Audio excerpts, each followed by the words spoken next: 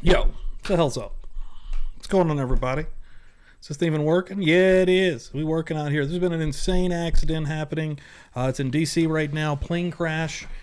Right now they're saying it's a military helicopter that's crashed into an American Airlines jet. They're saying there's 60 people on board of this thing, which is fucking insane. Yeah, I don't know what the fuck's going on, but I got a news feed up here. Let's see if we can get this going. Waiting on a briefing currently. This seems like a fucking nightmare. If we stop talking for a moment, it's only because we're being told new information. I think we need to take a deep breath every now and then just to kind of take in the gravity of what's happening. Some of you have been sending me pictures of what you're seeing from where you are. I was not planning on doing I'm this, looking but at I a saw this picture shit here and I was from like, Arlington. You won't see it, but I'm just seeing it on my computer here. That our colleague Steve Genevieve sent over, and you could just see the sea of lights. Oh yeah. Yeah. And also, if you're looking from the Kennedy Center vantage point, this is all you see. Yeah. It's changed the skyline. I mean, it's unbelievable.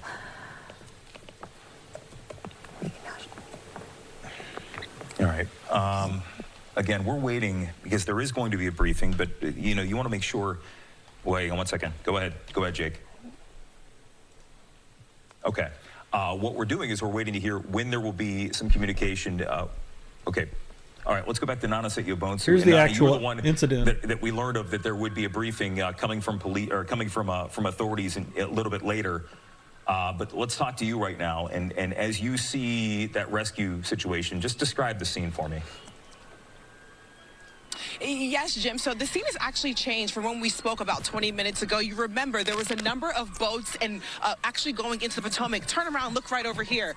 These boats are actually heading towards the airport right now. So we're trying to figure out why these boats left this area of Gravelly Point and now they're speeding, literally going down GW, heading to Reagan National Airport is what it appears to be. So I'm not too sure if this area wasn't close enough. A military helicopter, to the water, dude? Or wherever they're actually trying to search. We did see a number of them go inside, as you remember, but now this is the last boat right here that just came out, and it seems like they're strapping up, putting it back on the truck, and heading towards the airport right now. So we're keeping our eyes on this to see what exactly is taking place. But just as of 20 minutes ago, you could see a number of Fairfax County fire crews going inside the Potomac, but it looks like they when I saw this, almost getting back onto didn't even believe what I was reading. Straight towards Reagan National. So this is definitely a lot developing here in just about 20 minutes. This appeared to be the scene and where they were gathered, kind of like a staging area. But if you look right over here, there's not a boat in sight. Wow, and that was pretty quick because when you got there, they were just dropping them in there, and I'm glad that we went back to you on this just to get a sense of I guess they're getting an idea of the scope of what needs to be done. So where you are right now, it seems like there's just a few crews there. We're not seeing much in the way of a rescue base there at Gravelly Point, right? Correct. When it comes to the water, there's nothing taking place here. But come over here behind me, there's just like the last of the two boats, and then we're going to pan against the left. That's what I'm asking, Madeline. Fire crews How the hell does this happen? But definitely not as many as we saw when we whose were wires when got we were crossed here to make about 30 minutes this ago. is It seemed even like possible? this was the location. That's how we this got is here. crazy. We literally followed the sirens. We came here, but now it looks like everyone's pulling back out, and I see more crews heading towards the airport. So I'm just not too sure what. We're not even sure what's going on. This just happened. If it wasn't close enough, this if is they didn't find anything, new. but it seems like they got the word to pull out, and now everyone's heading to Reagan National. So I'll keep my eye on that and see if it's something that we can even get to, or if there's a body of water possibly that they're going to, because again, they pulled the boats out. All right. So a lot happening here, but I will say, dude, to be in the dark. Thank you. I just wanted to point out to our viewers because we're relaying the information. Like you're literally just going home, right? Like. This is all trickling in bit by bit. Yeah, because we were able to see at one point, Jim, because you mentioned the boats going into the water, we were able to see in the footage at one point, it looked like helicopters with searchlights going over the water, trying to determine perhaps, where to put the boats in. But again, with it being so dark and with us only having these two shots to be able to tell. It's really hard to. We're in the dark. No pun intended Let's here. go, hey, can we go back? Can we pull that EarthCam video back up? I just want to share that again because I know that when it first started surfacing online, there was a lot of speculation as to, look, you have to be skeptical about certain things you see online, and that's why we didn't want to share it with you until we confirmed the authenticity. But there was a camera right near the Kennedy Center across I know, the it's a Potomac military that helicopter. shot, that caught the moment of impact, and you'll see it again. It might here. get a little So here's deeper, your Kelly. plane on top. You can see that flash of light. I didn't even go down that road it, yet. And that is what That's we're usually where I focusing head on. on the Military conspiracy helicopter train. and a passenger flight right here. Oh, shit, Moment of Phil. impact in 3, 2, And I know there. Afton is And, very close too. You know, what's amazing at a time like this, you know, a city that's always on the move, you have people driving through, driving in and out of D.C. over towards Virginia, and you see this happen.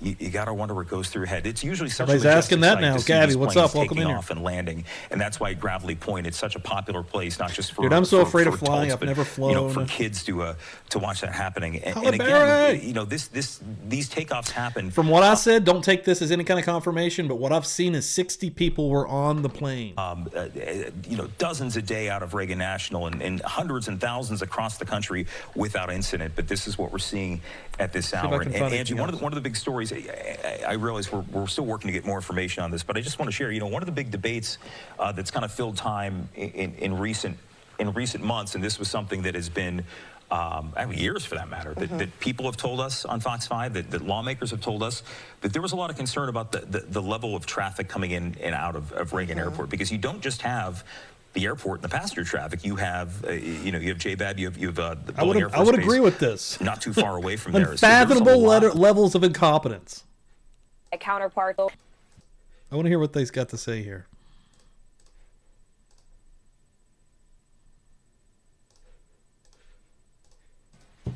Yes, Sean, of course, this was not the planned topic of discussion for your program tonight. But in light of this breaking news, I have called over to my counterparts at the White House, and I can confirm that President Trump has been made aware of this situation. And tragically, it appears that a military helicopter collided with a regional jet at DCA Airport right here in Washington, D.C.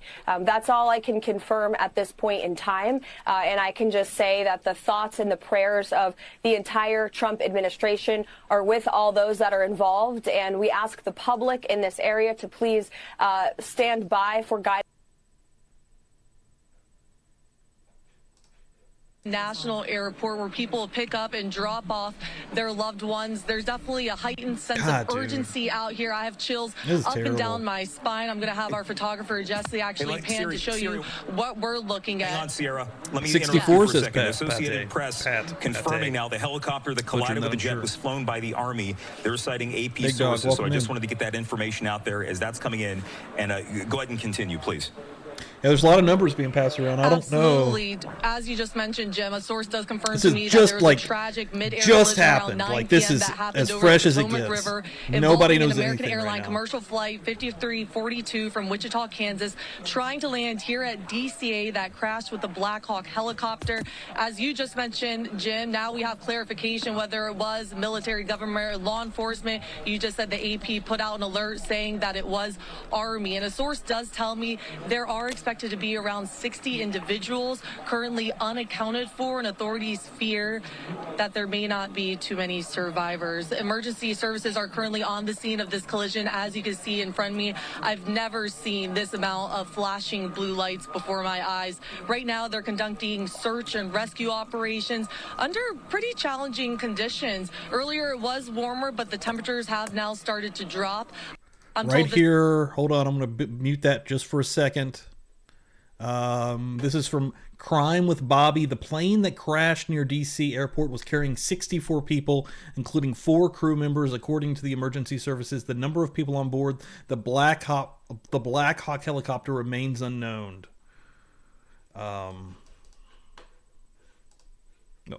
Pretty big deal. And my photographer, Jesse, actually reminded me that this incident marks the first major aviation accident in the Potomac River since January 13th, 1982. You may remember that it crashed into the 14th Street Bridge shortly after takeoff from Reagan National Airport. The aircraft plunged into the icy Potomac River, resulting in more than 70 fatalities, including 4 motorists on the bridge. And that was according to our past reporting. And sadly, only 5 individuals did survive during that disaster. But back out here live again, you can see there's a huge police presence. We do know that DCA has stopped all flights coming in and out at this time. Media is being asked to go to Terminal 1 right now. You just have to think and wonder about how the families who know that their loved ones may have been on that flight are feeling right now. There's definitely a sense of, curiosity, heartache. So we're going to go down inside the airport right now, Jim and Angie, to try to speak with families and people who may be waiting for their loved ones. All right, Sierra Fox for us there at the airport, and we're just getting new information right now. This is coming from couldn't imagine the panic on the ground sharing here. this information with us. As we mentioned, that big response, and we saw from Nana a lot of those boats being pulled out of the water at Gravelly Point and moved elsewhere. Buoy data. So we talked about the I believe so, Cammie. The water temperature, 35.4 degrees at this hour in the Potomac and the buoys right around Reagan National. So when you talk about water temperatures like that, that is cold enough where you can lose consciousness in just about 15 to 30 minutes. It can be fatal in just about 30 to 90 minutes. That would be crazy. If there's some important people on any of these flights, that would be We're just fucking mentioning crazy. we're mentioning that because clearly this is a water rescue situation. Welcome at in, this everybody. hour. Thanks for coming in. And when you look at the air temperature out there mixed with the water temperature, these it is horrible not just circumstances. treacherous for those involved in this crash, but also those who are trying to save some lives. Yeah, and just to reiterate exactly what we know at this point, because there are a lot of unknowns, it has been confirmed that this regional Absolutely, plane, the Holly American Berry. Airlines 5342, MJ sent possibly me with 60 on passengers the side aboard, here. including crew, coming in from Wichita upon arrival. I haven't dug in at all, with but just something that she sent me out the gate here. Trump guts key aviation safety committee, fires heads of TSA Coast Guard. I've not looked into that myself yet. Remain open at this time. The President Trump, has been Trump briefed. is This aware according of to his what's press going on right secretary, now. Caroline Leavitt. He's been briefed on the incident and is offering his thoughts and his prayers with all of those involved, along with Vice President J.D. Vance, getting word that he also is aware of the situation and is asking everyone to say a prayer for everybody involved in this mid-air collision. Just getting new information from the FAA didn't now see that, on the airline. This is, again, we're saying it's an American Airlines flight. It's flown by a subsidiary, PSA Airlines. A Bombardier CRJ 700 regional jet colliding midair with a Sikorsky H-60 helicopter while on approach to Reagan National, again, right around 9 o'clock, which was the scheduled time that this plane was supposed to land. 5342 departed from Wichita. National Transportation Safety Board, Angie, you were talking about this. They're going to lead the investigation, but again, we're still waiting to hear from the media. They'll oversee everything, but they'll work in conjunction, of course, with the FAA. Dude, I couldn't imagine to see how something like this could happen. What you noticed when we looked at that video from the vantage point of from the Kennedy Center, where you see basically what appears to be those two aircrafts coming TX together Mama and Bear, running welcome the into that fuck in fire. here. I'm going to pause this and give you a little love real quick. I found you as the gavel drops and am binge watching the Spectre murder trial. I've wanted to say I love your coverage. This is not how I pictured my first live with you, but thanks for the coverage. Hey, Mama Bear, welcome the fuck in here. I love that. That's awesome. Now, this is horrible. Every single day, considering the amount of traffic that goes in and out of our nation's capital.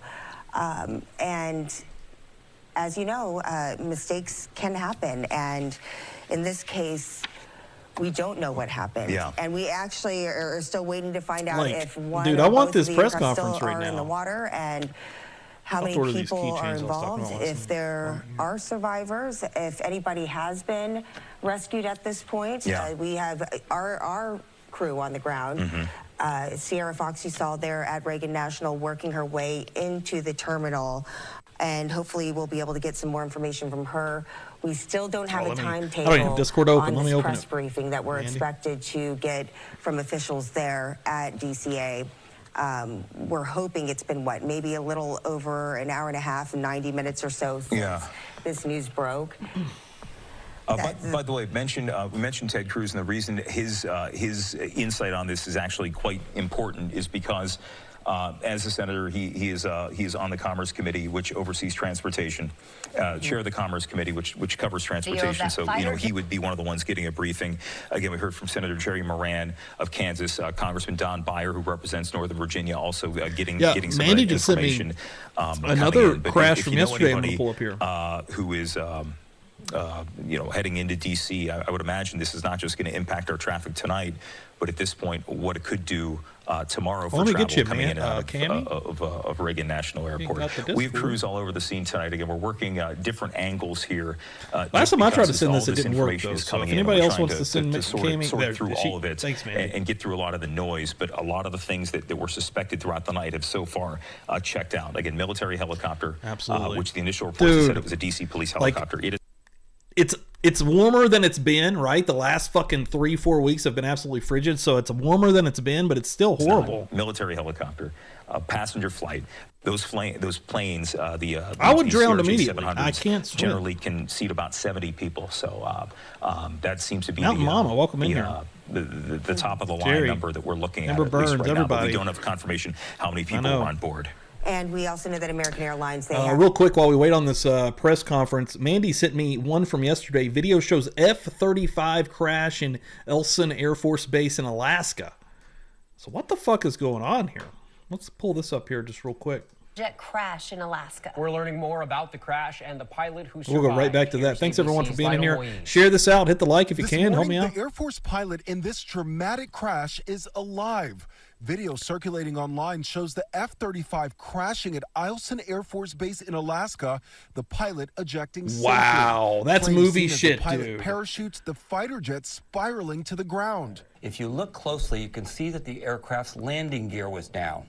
And if you see where the impact point was, dude, when it hits the water, right it fucking runway, explodes. Which suggests that the pilot was troubleshooting some kind of problem after the landing gear was down and they were in the pattern, ready to land, and all of a sudden they had to eject. The jet crashing during a training exercise. Shit, that's cold. The that pilot sucks. did declare an in-flight Jerry, thank you for emergency that. prior to what ended up being the crash of the aircraft. Shock 'em, An investigation now underway to determine the cause. There's clearly video that will allow any kind of a mishap investigation board to get to the bottom of why this occurred. And there is a sort of black box on this airplane that will help investigators determine occurred what on the happened. Potomac. Did one airplane make a mistake about identifying? Is going to lead us to the air traffic control tapes that will be focused on the approach controller. That's a radar controller for the approaches into Washington Reagan, and the tower controller. What approach were the helicopter, the military helicopter, and the PSA Bombardier 700, CRJ 700, cleared for to fly, and what runways did the tower clear the airplanes to land on? Of course, they would not clear them to land on the same runway. We know that. So was there a mistake made on identifying the runway? Did the I just put a poll up. Get on that. I'm calling the helicopter. Buzz Nation members, get on that. If you're not a Buzz Nation member, it really don't matter. Buzz Nation members, get on that. Not correctly lined up with Remember the runway Burns, thank you. Get the fuck back in here. Collision. Greeny. And I'd like to clarify one point, though. The PSA airplane is a regional airline and operated on behalf of American Airlines, but the flight crew training, the maintenance, the procedures of PSA are purely owned by. Does anybody have a link to the PSA. scanner stuff that I can They are not hear? trained at American Airlines, so I wanted to make What that do I do, very DC clear. scanner? This is very usual, regardless of the major airline, Delta, United, and American. They have Anybody could help me regional out with airlines, that? as we all know, that feed them and on thinner routes. And this is an example one from Wichita up to Washington Reagan. Captain Levy, so you've spent decades in the skies. And I know we've had a number of various across the country so-called close calls. Right. And you know, there is a certain belief that people know when you get on an airplane, you're putting your life in the hands of a captain, but you also know that we have a rigorous system of training and a rigorous system of safety protocol. We just mentioned the last time we saw a major incident at Reagan National was back in 1982 when Air Florida Flight 90 went down. Right. It's been some time that we've talked about something like this in our nation. It has been, and that is correct. And this is going to point at, as I mentioned, a midair collision on what we say sharp final, that is close to the airport, just before landing. Who was cleared for what, and which airplane was in the right position, aircraft, I should say, the helicopter, the PSA, which was in the wrong position at the wrong time. That is a big mystery. Obviously, can I get you to come to the north side of the north side boathouse? Help me put this light tower on. 55,000 people are in here right now. This is it. This is the live scanner I'm at the garage right now. I'll be up there as soon as I can. Okay, is there anybody else out here from the garage? To receive the airplane? That's correct. Copy.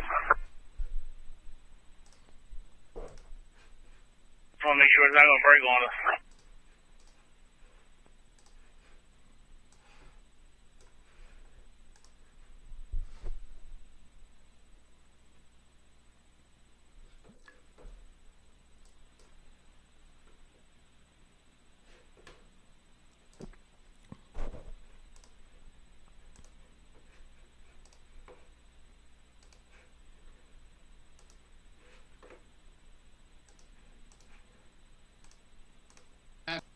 You have a lot of evidence. 10-4 checking on alarm at door 1 arrival.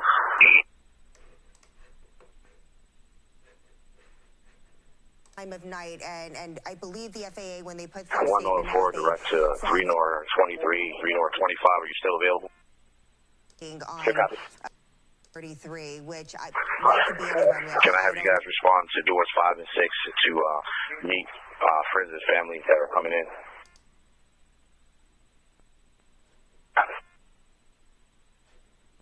I've never flown. I'm actually pretty freaked out by it. You're going to have 3 North 25 and 3 North 23 meet at door 5, 4 p.m. Good copy. That's going to be door 5 and 6 departures. They've been instructed, the families have been instructed to go to the nearest ticket counters.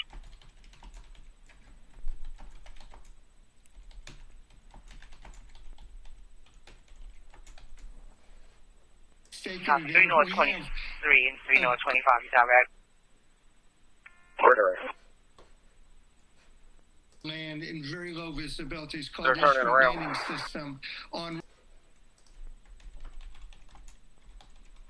Airport fire. Just keep it secured at this time. I'm going to take the first round. If I have to, I'll come back and get them. Looks like they're out there. We have work order on the way to keep the gate open. Okay. Op 6 is here also. 2234.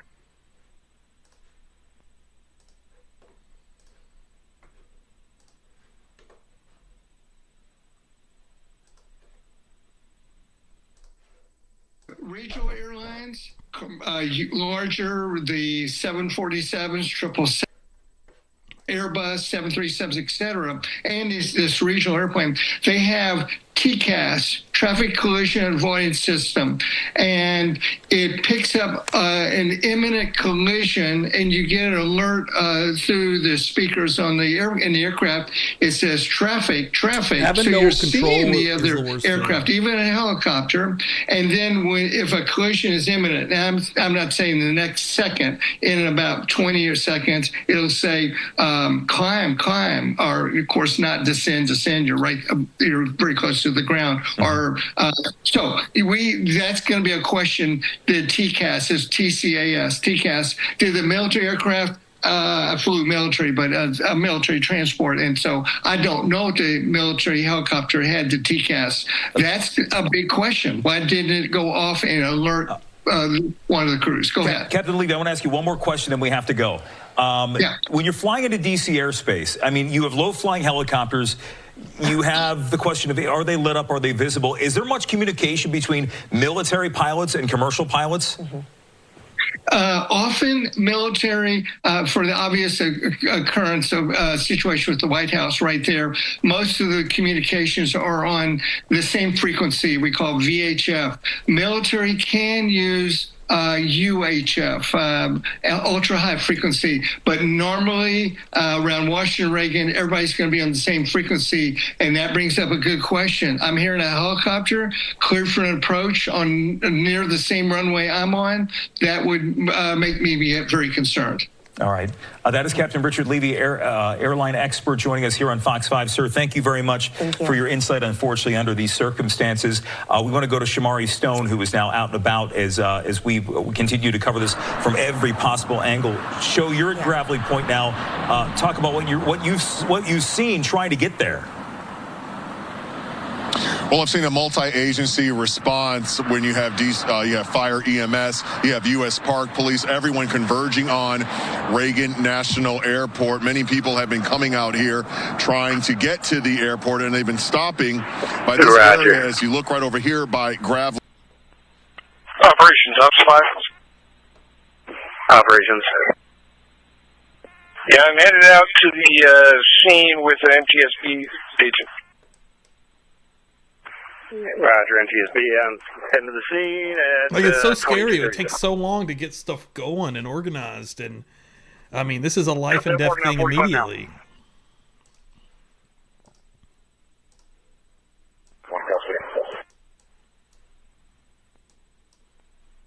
Last unit. Yo, look at that. One custody.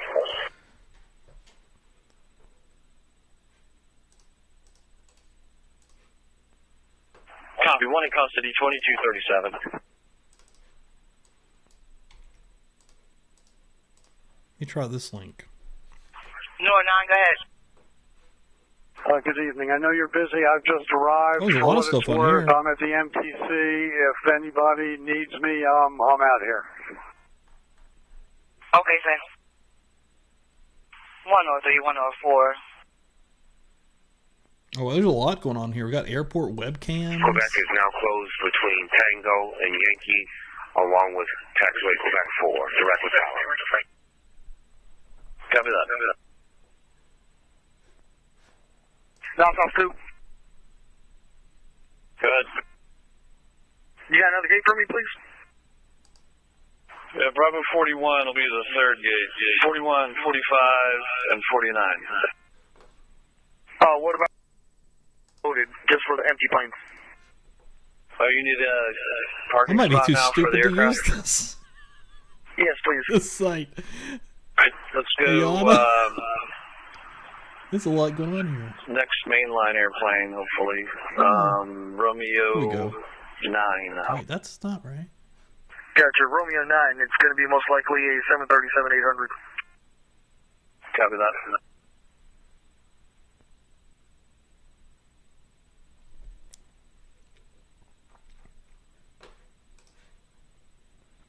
Plus 89. Good. Flight 1855 is going to Bravo 41. 1855, Bravo 41. Restrict 9. Firm is cold in there.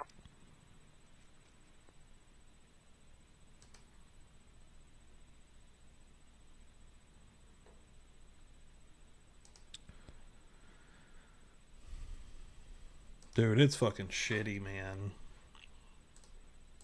Also, the Secretary of Homeland Security, Kristi Noem, says that she's been debriefed as well. And Pete Hegseth also has said that they are there ready to assist, ready to help in any way that they can. All right. So at this hour, again, as we wait to get more information on what happened, we do not have any confirmation on how many people were on board that plane. As mentioned, those rescue boats, at least from where Nana was at Gravelly Point, they were in and they were out very quickly. They relocated. But there's the information we're getting from the FAA. It was a Sikorsky H-60 helicopter while on approach to runway 33. And when you look at the flight plan out there, and when we just talked with Captain Richard Levy, of Aviation Expert Consulting, you know, the question is, was it on course? Was it slightly off course? But it stayed within the corridor of the Potomac. It wasn't as though there was a big misstep there. I'm going to ask once again if we can see our main screen here in studio, because it's a bit obscured from where we're sitting here at the anchor desk. But as you look at that, the vantage point there, what's this helicopter doing? There's the collision, but from the other vantage point, just to speak to the volume of planes that come in and out, you saw another plane right there on top, just taking off at that moment, well above. I mean, you know, that was nowhere near the crash site, maybe vertically, but certainly not within close proximity. The helicopter. You also noticed the different speeds, which the captain mentioned that to us. And it's hard at this point to tell which aircraft perhaps maybe chose or missed the right runway. Right. Four potential survivors. And like he said, I was surprised to hear from him that he thinks it won't take long for them to be able to really put a finger on perhaps where that miscommunication or where the misjudgment happened once they're able not only to get the black box but the cockpit, voice recorders to find out what kind of chatter, what was going on. CPR in progress with one victim found, 1 out of 60. All right, so inside, they're going to do that briefing inside a little bit later, but we want to go to Sierra Fox. She's now inside the airport terminal, and as mentioned, they stopped the flights going in and out, and Sierra, it is empty behind you at this hour.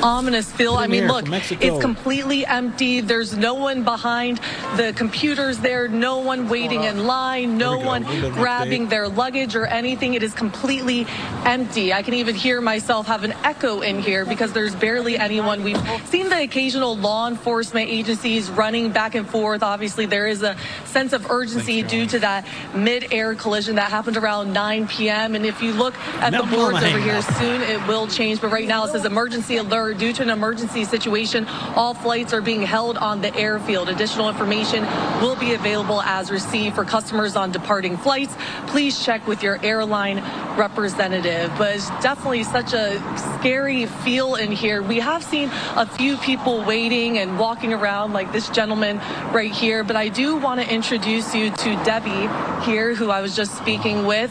And when I told you what happened, what went through your head? I am completely in shock about this. I mean, this is horrible. I'm at the airport, and these people apparently crashed with a Black Hawk, and there's 60 people on board the plane, and they're in the Potomac, and they're going now with emergency crew to find out what the circumstances are. They don't know if there's casualties or what's happening, but of course it's upsetting. Absolutely. And what flight are you waiting for? Or did you just land? What's your situation here? I'm not going anywhere. I've changed my mind. Midway Airport tomorrow, Chicago, for doctor's appointments. And I wound up checking out of my hotel early, and I'm leaving very, very early in the morning. I have a tendency to sleep late, so I didn't want to miss my flight. But I can't believe that this is happening. She's like, I have a tendency to sleep late. I don't want to miss a flight. Yes, so I came no the night flights before. are leaving or coming in. And now, what's your plan with all of this going on? I don't know. I absolutely don't know. I don't know if the flights are delayed and they'll be rescheduled for later tomorrow, or what they're going to wind up doing. I have no idea. And now, how often do you fly?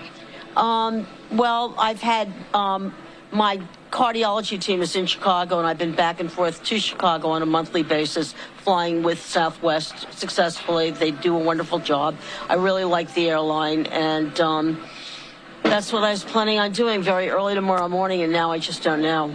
And obviously right now we don't know, how many survivors there may or may not be, but just, what goes through your head knowing that, there's family members out there wondering what's happening with their loved one? We have so much going on in this country right now with transition, and, I have been at the airport. I was here for the inauguration, and I, came to the airport, and I saw the president's plane fly in and out of here. I saw, I think it may have been Jeff Bezos and Mark Zuckerberg. I mean, so this is like They just left like the other day after being here for the inauguration. You could tell. Well, Deppie, thank you for speaking with me. They're telling me that I have to send it back into the studio right now. And of course, when a briefing does happen here at Reagan National Airport, we'll bring it live to you right here on air.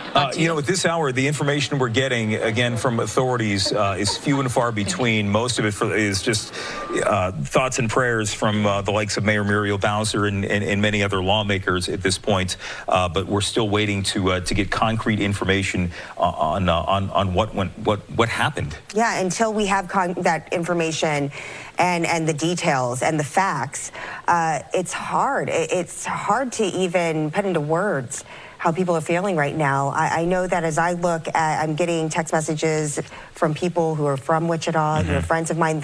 I fly that path often. I know it very well. 30 minutes maybe? I don't even think it was that long. Yeah. People are lost for words. What do you do at a time like this? If you can't be there on the ground to help out in a situation like this? We do know that we are awaiting that briefing, but works. Hold on. Is this live?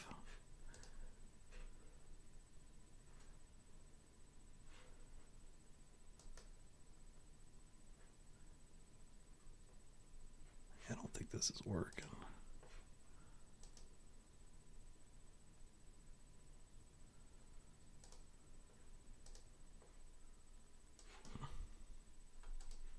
When we were talking with our aviation expert and talking about how rare these incidents are in our nation. Natural 1 for on course, and you got multiple helicopters east of the field near the approach on a 3-3. I'll call them as you get closer. Here we go. Thanks, Ayana. Guardian 3-10.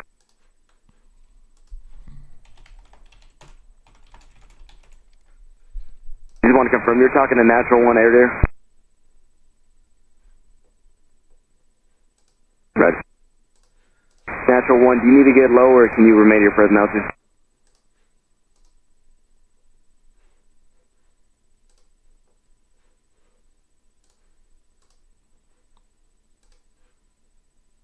Still a PB. Okay, Natural 1, for now maintain present altitude. If you need lower, let me know.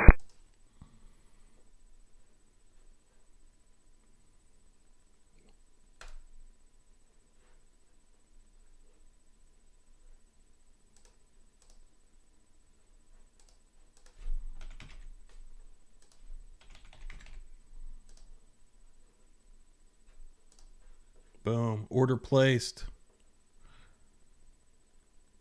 10 keychains on the way. Hell yeah. As well as we've been trying to learn as much as possible about Flight 5342 from Wichita, which departed at 5:39 from Central Standard Time from Wichita Airport, 6:39 our time. It was supposed to land here around the 9 o'clock hour, just before 9 p.m. But you see this flight path right here behind me.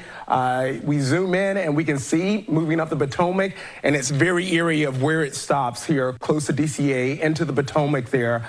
That is a very normal flight path that we see for our regional jets here. And Jim, just getting information from Fox News, we're hearing the 3 soldiers were on board that Black Hawk helicopter. So we're confirming that. But again, no word on their condition. But that's just the information coming in. I just want to make sure we get that information out there. And again, we've been telling people as soon as we know, we will let you know as well. But that is the word that Jim just relayed to us. 3 service members on that Black Hawk helicopter. Again, we're still trying to find out exactly how many passengers and crew were on Flight 5342. Again, American Airlines, operated by PSA. Almost guarantee there's just because it has some kind of fucking like open AI, fucking like some kind of like tech guru, like some kind of important person on one of these flights, right?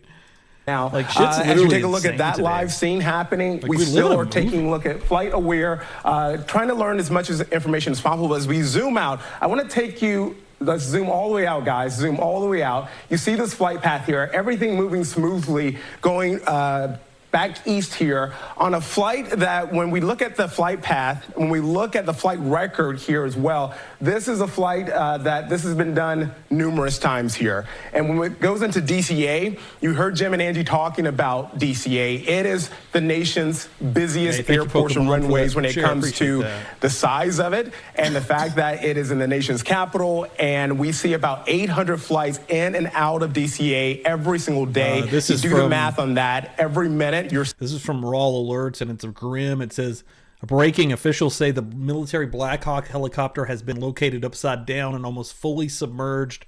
There are likely no viable victims inside. We talk about Air Florida Flight 90 there, 43 years ago, where that incident happened, and now it appears that we have a very unfortunate, catastrophic situation here with this Flight 5342. Again, as we try to learn more about this flight and we look into the safety records here, we know this is a very busy airport, this national airport here. This regional jet, this is a regional jet. The size of it is something that is normal for this airport. The air traffic is normal as well. But this incident happening where you have a helicopter, military helicopter, apparently colliding with this aircraft is something that we have not seen before here, especially ending the way that it has. But as we look at this flight aware here and we try to learn more and glean more from what we're seeing here on this map, we're looking more into the records, we're looking more into the safety records of this aircraft as well. And as we wait for the officials there here on the ground to give us more information, we will bring that to you guys as well. But that is what we're watching right now, guys, but we're just waiting for more information. Hey, I want to point out, we're just getting information now from Metro. GM Randy Clark just sharing tonight that WMATA is going to run extra Silver Line trains.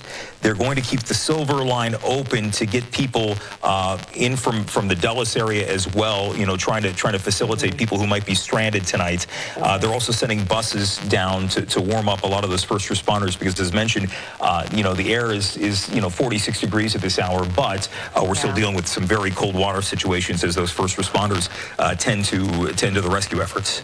Yeah, and let's see here. We don't have a timetable as far as like, well, this is all inbound flights being held at their origin until 5 a.m. But we think that it's probably going to go longer than that. I mean, obviously, we can't say, but right now you just have to stay on top of it. But in the meantime, you know, some people will stay there at the airport, and others will still need to try to find a way out. And as you can imagine, with the situation like this, and with so many people and so many different groups there responding, and it's going to be like this all night, getting in and out of it there's just no complete guarantee what time that can happen for you or your loved one. So, but we do have Sierra Fox in there. She's in the terminal, and so that'll be good. She can keep us posted on any new developments, and we can bring that information to you too, because we know there's still a lot of questions. Fix her up. Plenty of them at this hour. Not just questions that we're asking, but questions that people who are flying or people who have loved ones in the skies. People certainly try to keep tabs on. So yeah, just take a quick breather here because again, this is a catastrophic situation that's unfolded in our backyard, and our neighbors and our friends and maybe family are either helping assist the situation. We certainly hope that you're not directly impacted by it, but if you are, we're going to do what we can to bring you the most responsible information on this, because this is about as stunning to those of us as it is to you. And the live pictures, these are both live from what I believe. I know we've been showing you a bunch of different cameras, but everything you're seeing on the camera right now is just two different vantage points of this huge response, this enormous response. All of our local agencies working together, very heavily concentrated here in this one area. At first, they were at Gravelly Point, as we saw about an hour ago, before then abruptly just picking up and taking off. And I hear we are going to Mike now. Mike, are you standing by? Mike. Guys, this is terrible. I mean, absolutely awful. And all we can do is hope at this point, right, that we get some news on some survivors. Of course, rescue crews for sure doing their best. Obviously, I'm not an aircraft expert. What I am is a weather expert, and I can give you sort of the ground. It looked normal. It looked like a small-sized passenger jet. Hold on, let me go back. I want to hear this eyewitness person here. The flight path, the flights to land. It's the same. It's parallel. It's, you know, half a mile off to the right. So you can always see these planes lined up to land. I always look at them when I'm driving home because it's just a really interesting, kind of an elegant sight. They're all nice and spaced out in this kind of beautiful line coming into land. Oh, it's a so nice I was watching mix. the planes as I was driving, and it looked to me, based on their spacing, I thought there might be one maybe right next to me about to land. I couldn't see the airport because it was off to my left. But I looked off to look at it, and sure enough, there was a plane right there, and it looked totally normal to me. It was right about to cross over the water from the Potomac River onto the land where the airport is. It was maybe 120, 150 feet off the ground. It looked normal. It looked like a small-sized passenger jet. It was level. Nothing looked wrong. So I looked back at the road again because I was driving, and then I wanted to get another look and maybe see if I could see the plane land. So I turned back again a few seconds later, and it looked very, very wrong. It was turned banked hard to the right. I would say maybe 90 degrees or more to the right. I could see the underside of the plane, and it's very, very dark out, so you shouldn't be able to see the underside of the plane. But I could see it. It was illuminated bright yellow, and there was a stream of sparks underneath it. It I looked mean, to me something like could a have giant happened Roman with the candle, helicopter sparks as shooting well. I mean, from the head of the plane down to the something tail. technical, and it's just I saw an that for about absolute 2 freak seconds. accident, I looked but- back at the road and looked back again to my left, and I didn't see anything. That's what I saw. Wow. Ari, I mean, you know, many of us drive the route that you were driving every single day. We're used to seeing planes. This had to frighten you. I mean, what was going through your mind? Today, I was tired, and I'm actually a journalist that has done some reporting before on plane crashes. So when I saw this, and then looked back again and didn't see anything, I looked back to see a fireball. I looked back to see a crash, something. And I didn't see anything. Nice. That's what it looked completely normal. So I saw this for all of 2 seconds. 10. And my first thought was to wonder if I was These are going to be hallucinating. special. If there had just been I think they're horrible showing plane right there incident, was. why didn't I see anything afterward? So I used I'll back up for you real quick. It happens quick. something, and I didn't see anything. Right at the bottom of It your looked screen completely there. normal. So I saw this for all of 2 seconds. Right in here. And my first thought was to wonder if I was hallucinating. If there had just been this horrible plane incident, why didn't I see anything afterward? So I U-turned on the highway to go back and see if I could see anything, and I still didn't. When I turned back around and drove by the airport again, maybe 45 seconds later, there was no flames, no smoke, no emergency vehicles, no nothing. And I looped back again and finally saw the emergency vehicles. Incredible description. Ari, did you hear anything? What did it sound like? I didn't hear anything. Wow. I just saw a very bright flash. So no crash sound or nothing that sounded like an explosion from where you were? No. Wow. I may have had the radio on. No, that's okay. I just wanted to hear Yeah. your experience. Ari, thank you so Yeah. much for sharing that with us. We've been showing it went video right into it. recorded of the collision via EarthCam, and we see the flash of light, or what looks like an explosion. We can't hear it, but we can see the flash of light that you must have seen seconds after that Black Hawk helicopter collided with that airplane. This just in is a statement from President Trump that came in moments ago. It says, quote, "I have been fully briefed on the terrible accident which just took place at Reagan National Airport. May God bless their souls.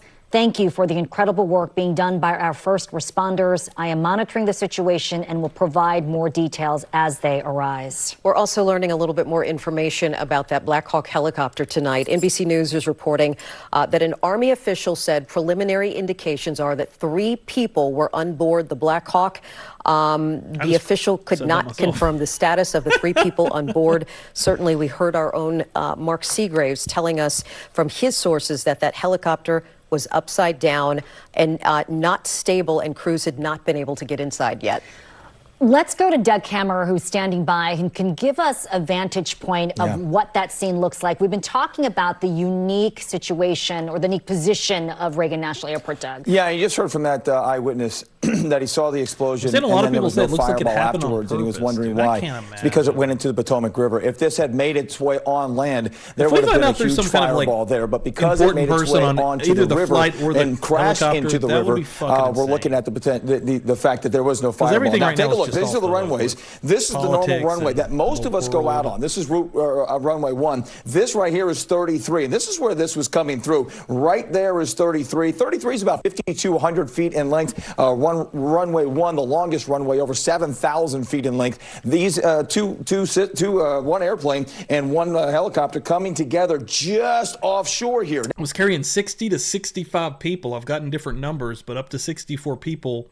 Gambies. I think it was a smaller the Potomac plane, River in but this still plot, the pretty fucking deepest large. area is really right off grand of scheme the of Potomac, like a only at about 11 feet. So this looks to me like it came in right into the middle. That's where this is. We're hearing them say about 7 feet. That's right in the middle here. There's actually a channel that goes right along the Potomac or right along the airport, but just off, it's about 7 feet I'm deep. not That gonna is get into right crazy in the shit, middle, but you all so it makes it fucking even know harder to that, get I to. think. And as we make our way out, I want to show you. Actually, I want to take you back, guys. I want to show you. Do we have the video that we can put behind me?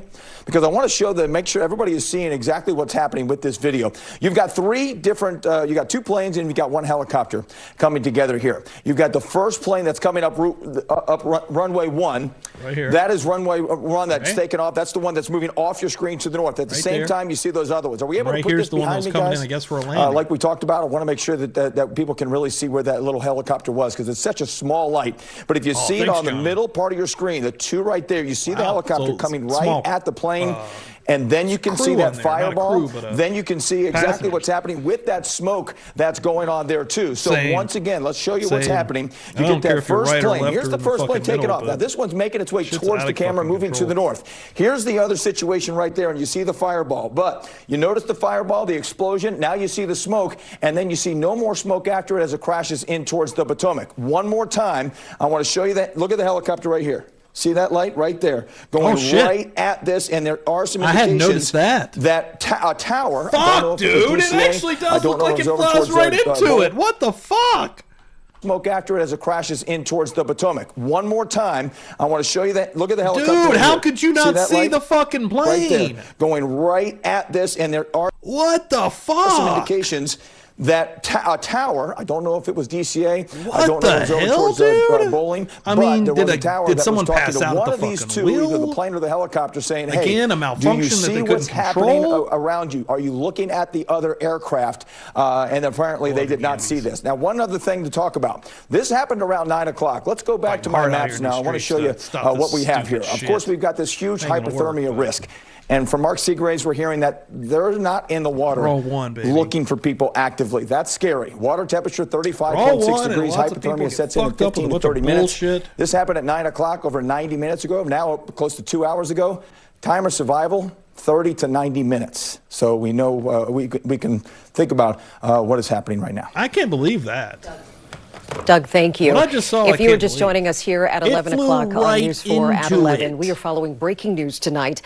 An American Airlines commercial plane and helicopter, a Black Hawk helicopter, collided near Reagan National Airport about 2 hours ago. Right now, there is a massive emergency response to search for survivors. What we know at this point is that an American Airlines employee has told us that there are 60 passengers on board and 4 crew members. We know that there is a staging area at Reagan National Airport right now as investigators try to gather more information and give family members who are waiting word on their loved ones more information about what happened. This flight was coming in from Wichita, Kansas, and it was about to be a 2-hour and 35-minute flight expected to land just before 9 o'clock here at Reagan National. Let's check in now with our transportation reporter, Adam Tuss. He has an update for us tonight. Adam, this is just an incredibly a sad situation. What do you know? Sean and Unn, in the 20 years that I've covered transportation here in the Washington region in the DMV, I've never seen Reagan National Airport look like this. We can show you, we're right here by Terminal A and B. And you can see the emergency response that is out there on the Potomac right now. Obviously, this is a grim situation as you see dozens and dozens of police vehicles out there right now in the water, and not just on this side of the Potomac. If you know what this area looks like in the daylight, you know that there's the river right there in the middle. It's obviously pitch black right now, but I'm going to ask my photographer, BJ Forte, to shoot across the river right now. That is DC 295. The DC water plant, for those who know it, on the other side. You have crews on both sides of the river now looking in the water, and you have boats, helicopters, crews out here actively searching for people. We know that there was a collision in midair. Obviously, there's a lot that we have to sort through right now, but this is a grim situation right now, and I have never seen this level of police response out here at the airport. We do know that this happened around 9 o'clock this morning, 9 o'clock tonight, as a plane was trying to land here. I can tell you that it appears that this plane was coming in for a landing. Now, obviously, a lot of this is still coming together, but it appears that this plane was landing on the shorter runway at Reagan National Airport. And that runway is used often, but it's not used all the time. And how much have we reported about the runways at Reagan National Airport and the amount of flights that are taking off here? And I can tell you, over the years of covering this airport and how busy it is and the constant amount of traffic that's coming in and out of here, it is just flowing through here at all points of the day. Even at 9 o'clock at night, it is still busy. And then you couple that with all the activity of the federal government, the federal facilities that we have around here.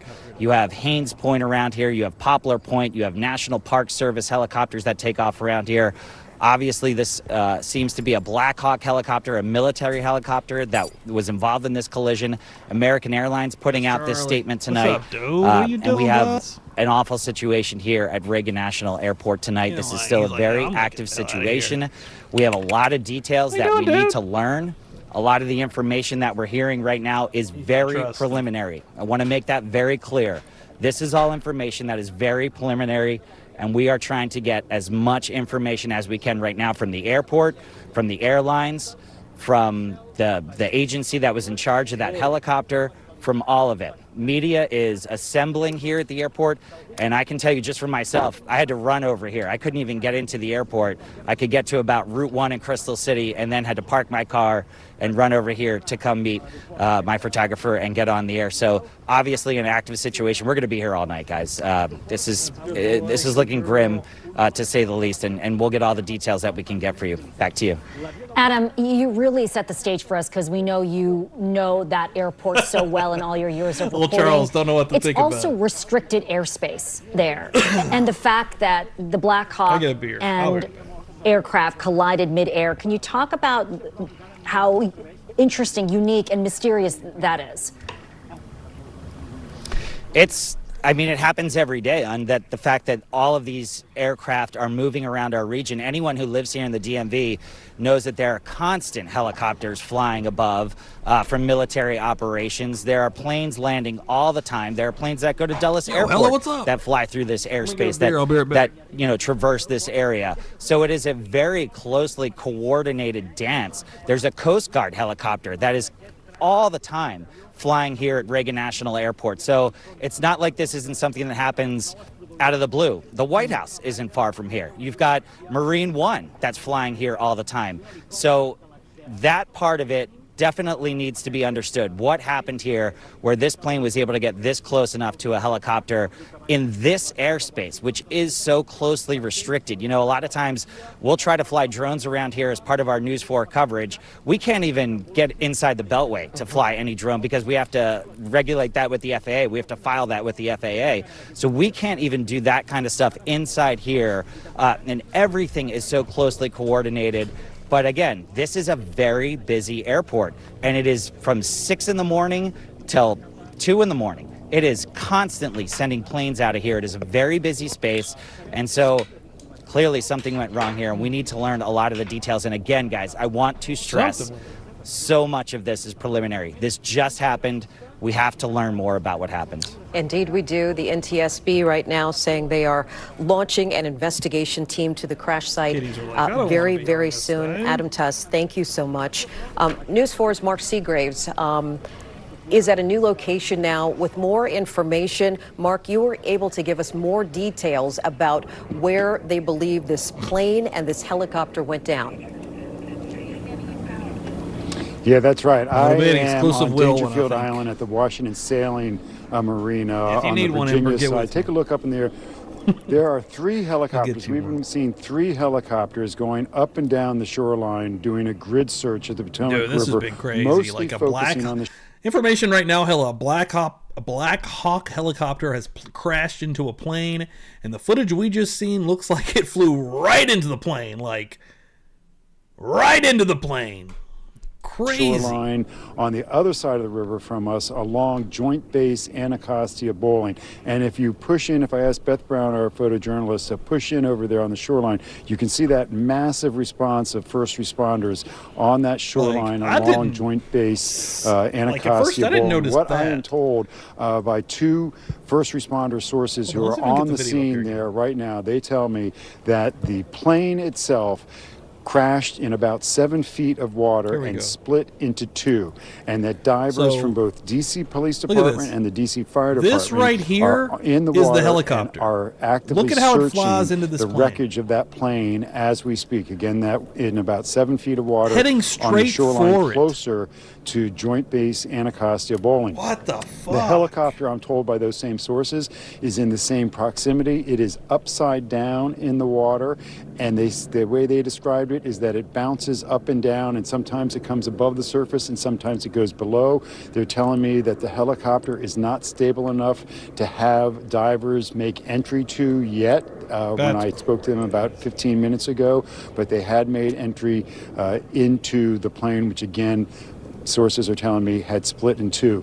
Again, right now, if we look in the air, we can see at least 2 helicopters with their spotlights flashing down on the river. We also see several boats in the river. Again, most of this activity focusing on the opposite side of the river from where we are along Joint Base Anacostia Bowling.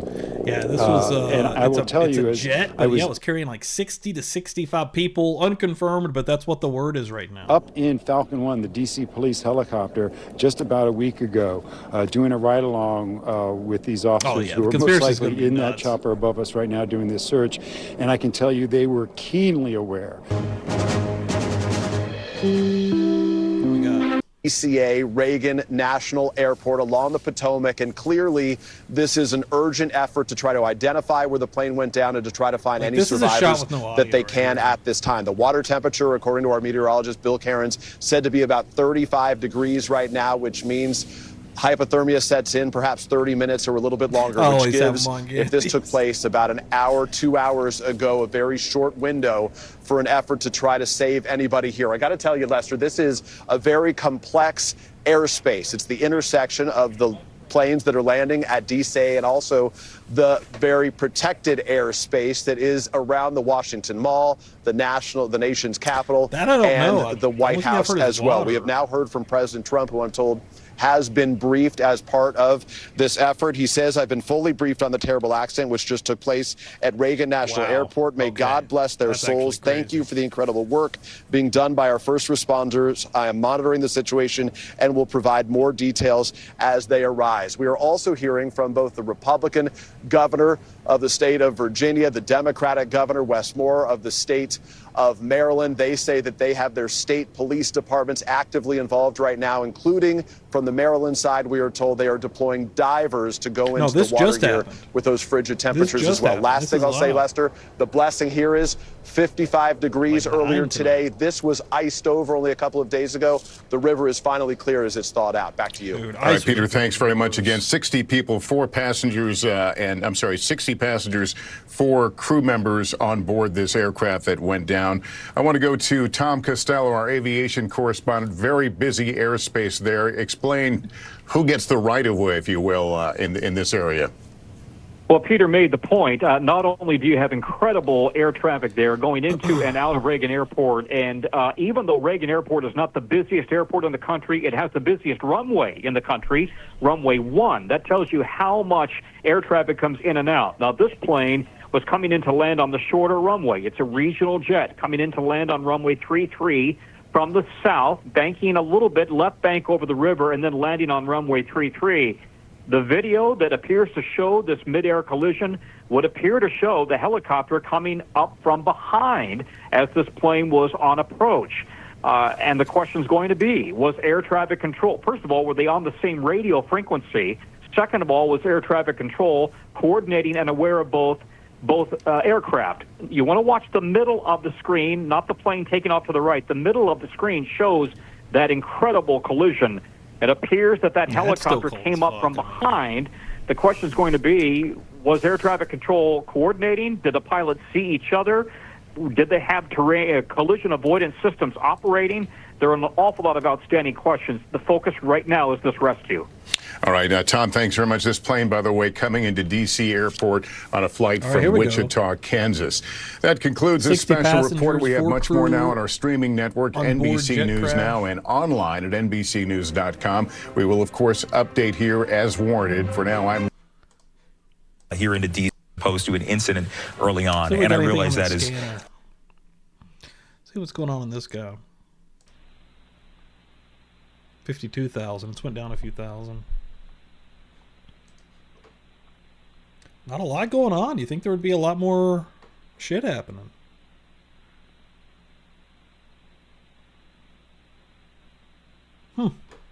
Nothing. Let's try the other one.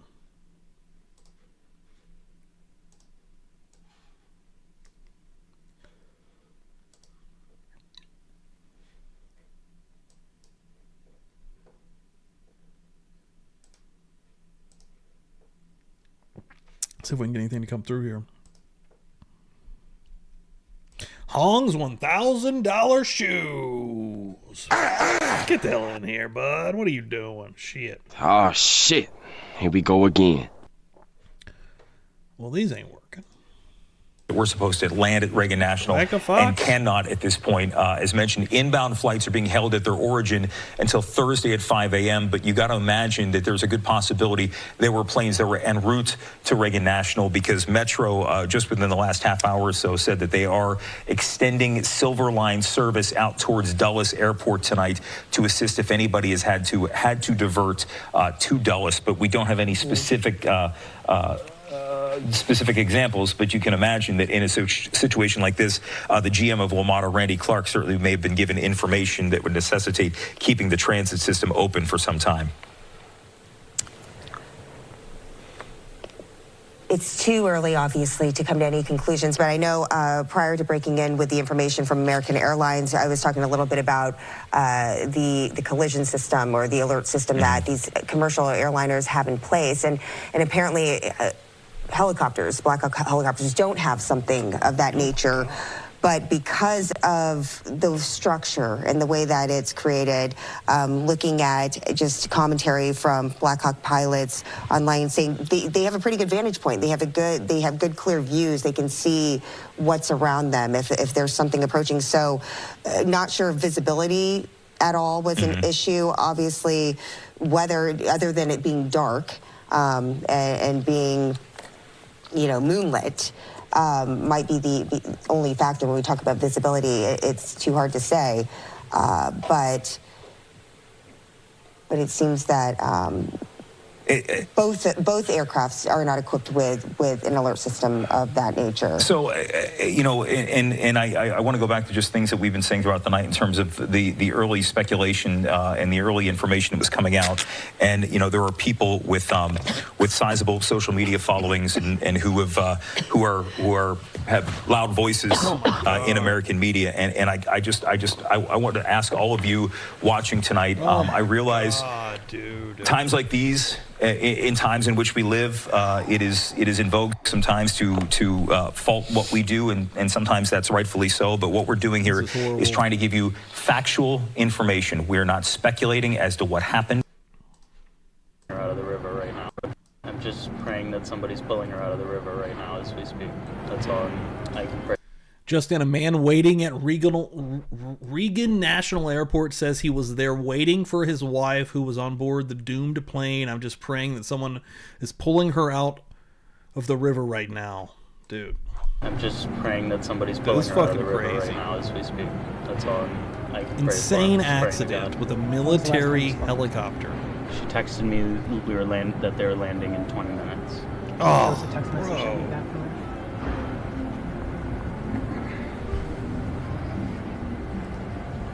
Dude. Landing in 20 minutes. The rest of my text did not get delivered. That's when I realized something might be up. Fuck, I'm just dude. praying that somebody's pulling her out Dude, of the that's river. fucking horrible, man. DC air traffic control. I just saw a fireball and it was gone. In the river. Fire command. The accident happened in the river. Both the helicopter and the plane crashed in the river. It's east of the approach end of runway 33. It was probably out in the middle of the river. I just saw a fireball and then it was just gone. So I haven't seen anything since they hit the river, but it was a CRJ and a helicopter that hit. I would say maybe a half mile off the approach end of 33.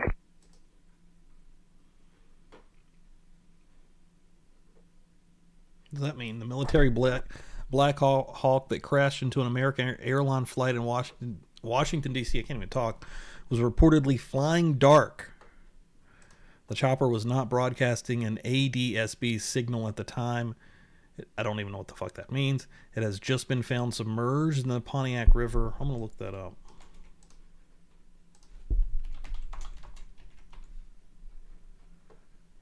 An ADSB signal refers to an automatic dependent surveillance broadcast and a surveillance technology used in aviation.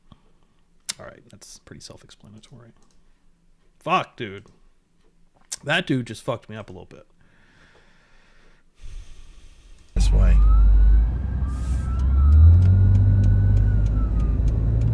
$60 people in the freezing river. Dude.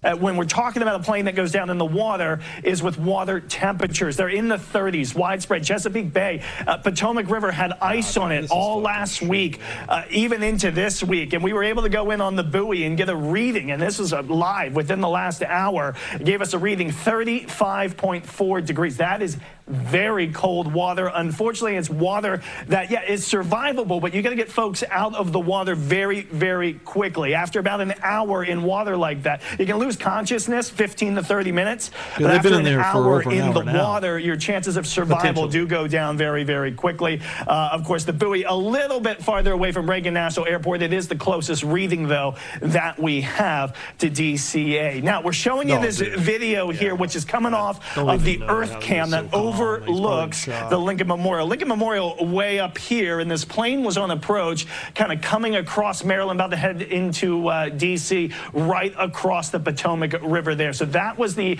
flight track according to FlightAware there as it was making approach to the airport. Did look at the runway map that you can see, and the runway 33 approach, which is the one that this plane was taking, it was trying to land on this runway right here. It's a little bit of a shorter runway compared to the longer ones that they are often used for takeoff. You see in that video, there's that initial plane that goes by that was far away, that it was way, way up here as that plane had taken off on that runway heading off to the north. And this guy's out here saying, I took this video 6 days ago leaving Reagan International Airport and thought it was kind of crazy seeing these choppers right next to us. I wonder if it was something like this that caused the collision.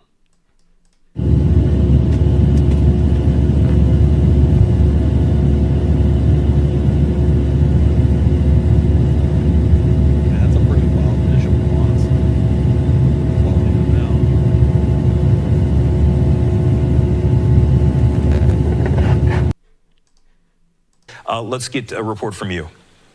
Yeah, guys, I'll tell you what, there are hundreds of people out here, just ordinary citizens who are just compelled to come to the river's edge to do what they can, to see what they can see. And what we're seeing from here as you described it, Jim, just south of Reagan Airport, just south of the runways here. It's a marina.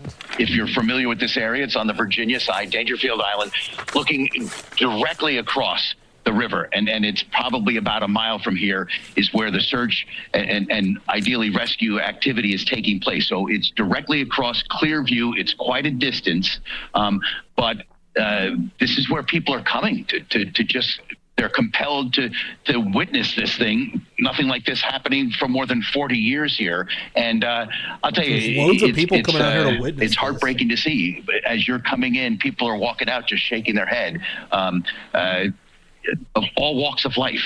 And it's just rather extraordinary. But I will tell you, from this ground level vantage point directly across the Potomac River, there are just dozens and dozens of flashing lights. You can see them from our images that we're sharing with our viewers right there. Both straight across, kind of like where we believe this crash happened, as you've been describing, Joint Base Bowling.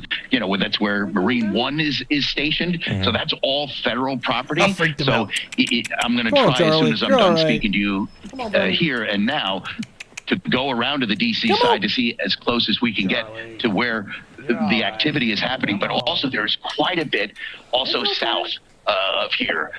And so there are like two locations. We're not sure if one is a staging area where they're maybe bringing people if they're pulled from the river, and the other is where they're actually doing the search. But there are two distinct large groups of flashing lights and activity, and both appear to be on the D.C. side, from this vantage point, on the D.C. side of the Potomac River, and you know, where it stretches down into Maryland at some point, perhaps. But it's just extraordinary and heartbreaking. And again, people are just compelled to come to the river's edge here on the Virginia side just to take it in, and we see people praying.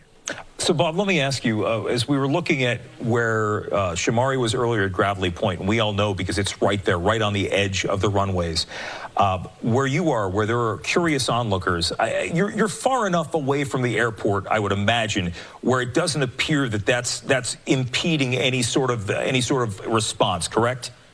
Not at all, because it doesn't appear that any of the Marine rescue units have launched from this side, from the Virginia side. They're all on the other side. So no, this is just open. There was nothing keeping anyone from coming here. You know, there are other media here, but primarily just people who are compelled to leave their homes and watch the helicopters flying above and seeing what they can.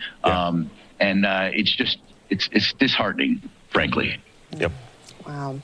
Well, thank you, Bob, so much for joining us and giving us perspective down there on a very difficult night. We know now that the FBI has confirmed that they are aiding in the response of this crash. The U.S. Coast Guard, we heard earlier, the Department of Homeland Security saying that they have made every available resource available in this effort. Josh Rosenthal joining us live now tonight. Josh, where are you at and what are you seeing? Jim, we're in Navy Yard. Just to set the scene for you here, that's Nats Park behind me. If you look over here, this is the Frederick Douglass Memorial Bridge. And then if you follow me in this direction, this appears to be one of what I imagine is several staging areas for emergency personnel. D.C. police have a helipad down here, and some people that we were just talking to have been here longer than we have, said they saw a D.C. police helicopter land here. We also earlier crossed over the Frederick Douglass Memorial Bridge, and it appears as though there's a dock. This may be a place where they're getting some boats into the water. It's difficult to tell because so much of it is shut down, but as you can see behind me, there's a lot of emergency personnel. As far as traffic goes in this area, take a look over here. A lot of these streets are blocked off. It was not difficult for us to get down to this general area. However, once we were here, it was extremely difficult to get to where we are now, to find parking. In fact, we were able to cross over the Frederick Douglass Memorial Bridge, but then we weren't able to come back, so we had to loop back around on 495. It is a very chaotic scene. It's a lot of people like these gentlemen here kind of just trying to figure out what is going on. Obviously, everyone is extremely concerned for the people who were involved in this crash. And again, down here, you've got a lot of emergency personnel staging. It's difficult for us to tell you from our vantage point exactly what they're doing, although I tell you, we've been standing in this exact spot for 5 minutes, and a lot of times people hear of crash. So over here we've got on Ryan Ewing, Flying High Ryan. He's posted...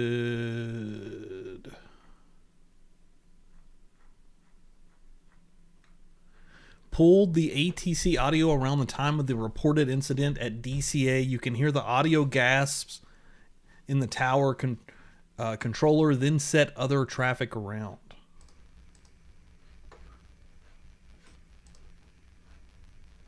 American 472 by Bass operating visual. American 472 Washington 1 star 320 West.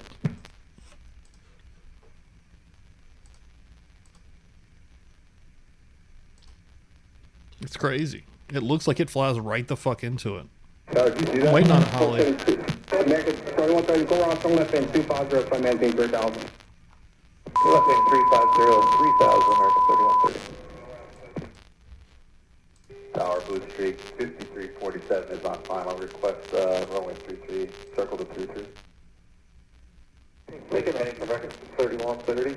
American 3130, go around from left end 270, flight maintain 3000. 70 on the heading, 3000, American 3130. American 472, Delta Lane, Standard runway 116 use.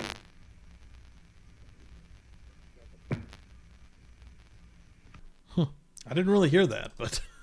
And you're right, Jim. The one thing that I hear from the eyewitness accounts or people that heard it, they said there was a huge boom, is that there's a lot of condos out that way where he is, a lot of apartments, everything, yeah. And so, and it's just common. You just see helicopters coming to and fro, and it's no big deal. And it wasn't until they heard sirens after sirens, that they looked out and they said, whoa, okay, something is going on here that is out of the ordinary. And it is quite extraordinary. 11:30 right now. If you're joining us here at Fox 5, we're in extended live coverage of the crash of American Airlines 5342, which was going nonstop from Wichita, Kansas to Reagan National Airport. It crashed right around 9 o'clock at night. Fajitas? I got you. Excuse me. A military helicopter was flying, and we have video, and we've seen it many times, and you're going to see it many times again for the time being. I didn't hear anything. Unfortunately, but it really does. It's the most tangible image of what happened. Our EarthCam camera right near the Kennedy Center, which showed that Black Hawk helicopter colliding with that flight. It was a Bombardier 700 flight with 64 people on board, 60 passengers, 4 crew. As for the military helicopter, 3 soldiers were on board that, and we'll watch it again. And as we pointed out a couple of times, you see that plane up on top. That had nothing to do with it, but the collision happened right below it, that fireball that erupts just as you see all of those vehicles crossing the Potomac, leaving the city. Still at this hour, and right here we are, 2.5 hours. Next to National Airport. There's Fort Myer, which is sort of co-located with Arlington National Cemetery. It's right there along with the Pentagon. I mean, and look then right here. just on the That other looks side like of a Potomac, fucking Lester, fire truck or an ambulance Bolling Air one getting Force out of there. Base. Did they So get there are a someone? lot of military installations right in this congested area. We're still trying to figure out exactly what this helicopter may have been doing. But again, at this point, we believe there were 3 individuals on board, and we do not have any indication of their condition End at this up being point. some fucked up shit. Courtney, thank you for that update as we look at the massive police and fire lights there, the staging areas for this search and rescue operation. That's a damn good fucking question. Heard, I'll tell you one thing I don't buy from Trump and the administration is the response that they gave on the drones. I don't buy that for a fucking second. Airports were shutting down because they didn't know what the fuck was going on. If it was our aircraft or military or whatever, they would have let people know. You cannot convince me that that's what the fuck was actually going on. They apparently identified the area where the chopper and the aircraft went in, and now trying to effect rescue. It is cold, obviously dark. It's the middle of the night on the East Coast. 7:15 a.m. is sunset when they'll first get the first light of the day to be able to hopefully effect this search.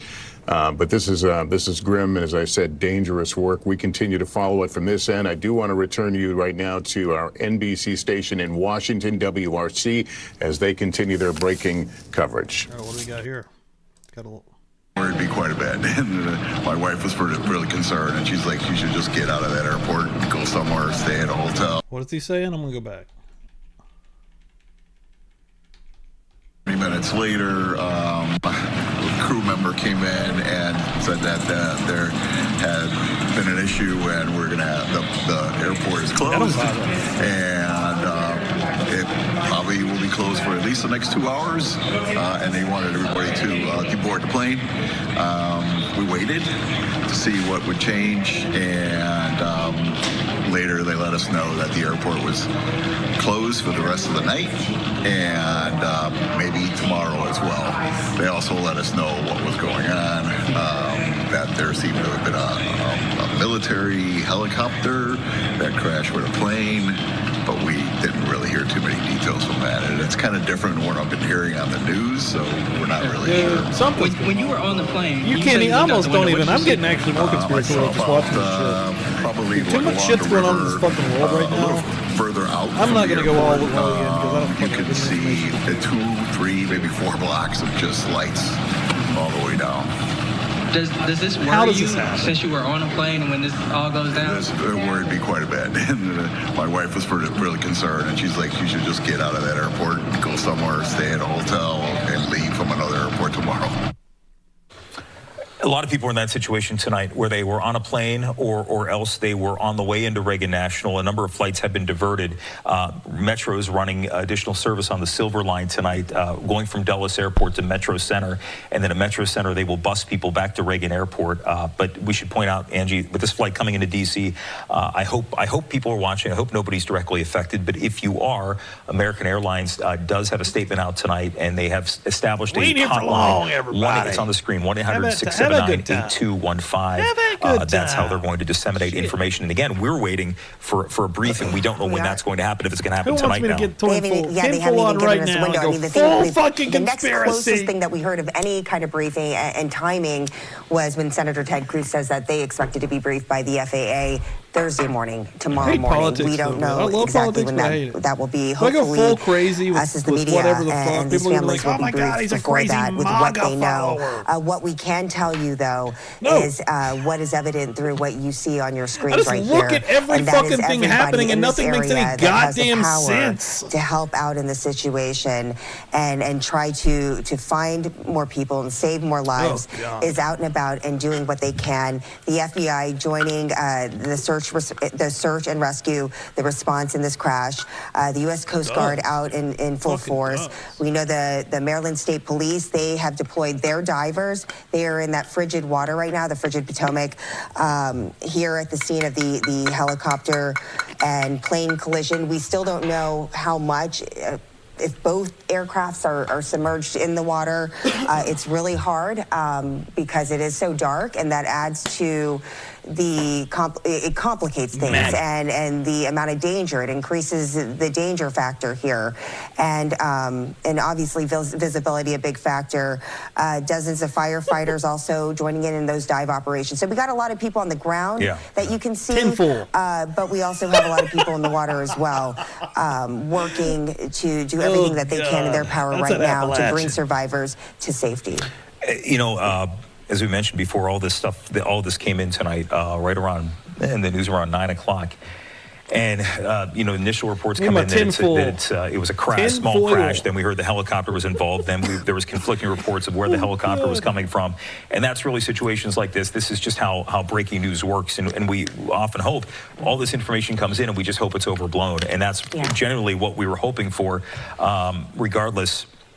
As we sit here and we're waiting just with so many of you to get some answers on this. We are going to remain on the air, it appears, through the evening into the morning. The morning crew will be joining us in a couple of hours because once we get those initial reports and once we get the initial information, then comes obviously the impacts it's going to have on air travel in and out of D.C. And I realize that is not the most important thing to talk about. Talk about people flying out, but regardless, this is the nation's capital, and and lawmakers fly in and out of there. Dignitaries fly in and out of there. It's not just passenger flights, as we know. Many other important flights, smaller flights, larger flights, they all come in and out of Reagan Airport. We do know that, as Angie mentioned some time ago, the newly minted Transportation Secretary Sean Duffy is monitoring the situation. They have reached out to Governor Youngkin, Mayor Bowser, Laura Kelly, who's the governor of Kansas, and Jennifer Homendy, who's the National Transportation Safety Board chair. They're all going to work together on this. But as far as information that we are getting from a district standpoint, DC police have sort of taken over. Speaking for DC Fire and EMS, they were the initial responders. In fact, it was DC Fire and EMS that initially put out the reports confirming that a collision happened. But the numbers you've seen on the screen, it's 64 on the plane, 60 passengers, four crew members, and 3 soldiers on board that military helicopter. Yeah, which was, I believe, out of Belvoir, right? I believe they were connected to Belvoir. That was, let's see here. They said they did it. Yeah, it was a UH-60 helicopter out of Fort Belvoir. So, and that's the thing. We're sharing with you the information that we have confirmed and what we know. But again, these are coming from reputable sources, including from American Airlines, which they had said that they will be doing some sort of public announcement a little bit later on. But that seems to be, there was never really a time frame put on it in the first place. No. First and foremost, I mean, the most important thing right now is trying to bring these people to safety, trying to save as many lives as possible. And that really is where the focus is right now.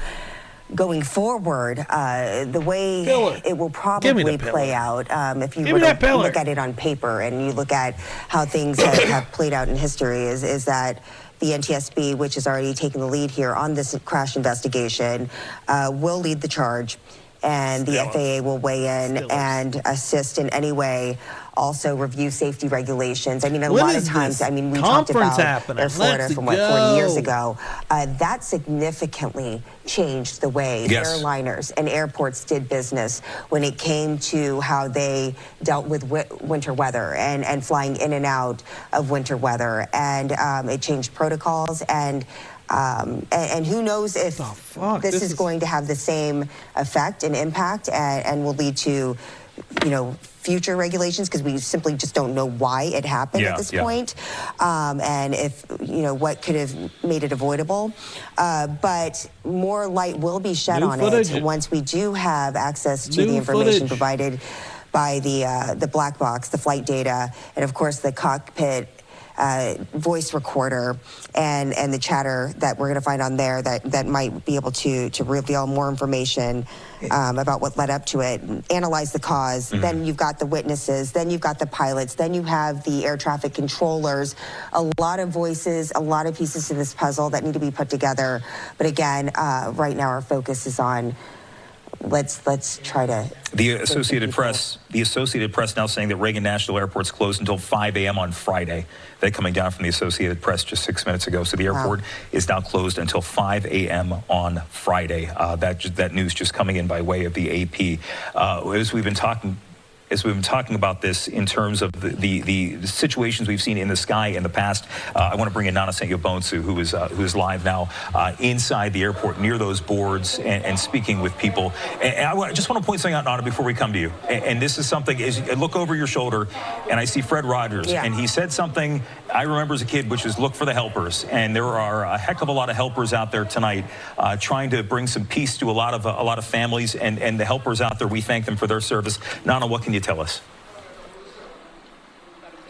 Yes, Jim. So right now we are inside the airport. We're on the ticketing level, and all the screens throughout the airport say just this. Due to an emergency situation, all flights are being held on the airfield. Now let's talk about the fact that flights are being held.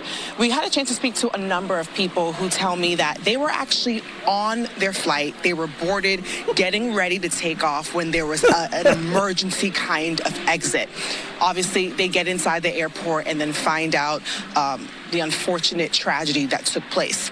One woman I was speaking to brought up a good point. Even though it's a fluid situation, there's a lot going on. She says, we're trapped in the airport. We can't leave. As we've been reporting, the airport is closed. You can't come in, you can't come out. Her Ubers aren't, able to pick her up, and she's terrified, she's distraught, she has a lot of questions. A couple of other people we spoke to say they don't know what to do. They're just sitting and waiting around, but right now there is no activity.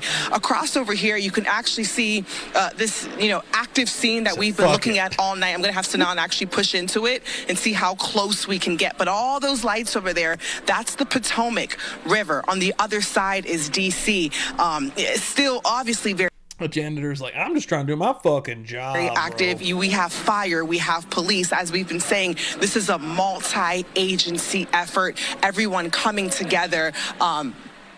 Just to help. You mentioned helpers, but that's the situation in the airport. It is closed off, but there are a number of people here just trying to figure out what is next. How do they get home? Obviously people are like, how do I get rebooked, reassigned? Not everyone is from here. So, we're still walking the terminal, speaking to people, but a lot of people, one, very emotional about what happened. One woman said, could have been their plane that was taking off or trying to land, right?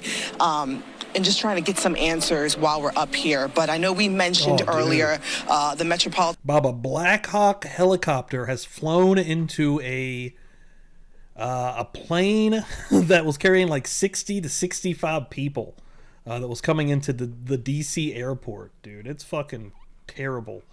So like, this is a different angle. This is not the normal angle happening.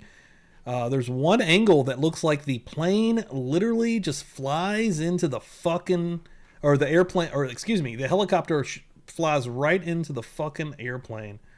They're saying that the Black Hawk was down. Watch this. This is insane. So, right here, this is the helicopter. Watch this. Look at it. It flies right into this plane that was landing. And there's a lot of people in freezing cold water right now, and we're waiting for an update.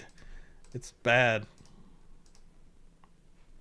Oh, no. I mean, that is really what is going to increase the danger here, the danger factor. I mean, along with the low visibility we talked about and the temperatures, it's basically, it's the water. I mean, we saw today pieces of ice and snow breaking away finally on the Potomac, but it was still, it's still cold enough for like, that's almost unfathomable. Literally what I just put on the screen there. Plane from Wichita was hit by an Army helicopter, dude. Like, walking through, I did take a walk through the airport just to get a sense of if family members or loved ones were hanging around. We believe that that's the fire chief right now, DC fire chief, BJ. Okay, the DC fire chief right now walking down. So this will be, they're walking down to the Terminal A, the old Terminal A, Terminal 1, as it's known now, which is the historic terminal at Reagan National Airport for people who fly Southwest or Frontier. That's this terminal that they are now walking down from. And I think presumably going to have a press conference, and we're going to learn some more information about exactly what happened. We have to stress here, guys, I don't know if you have the answer. This is so early on in the entire incident that we don't know everything, and we have to wait to learn all of the details before we can confirm or report anything. And we're going to do the best that we can to get all the information here. American Airlines has put out a statement. The airport has put out a statement. Metro is weighing in. They're talking about their operations. And so a lot is happening quickly here, and we'll stay on top of it, guys. Back to you. Flew into the 14th. See this American Airlines jet with flashing strobes in front of them. Were the pilots distracted in the cockpit?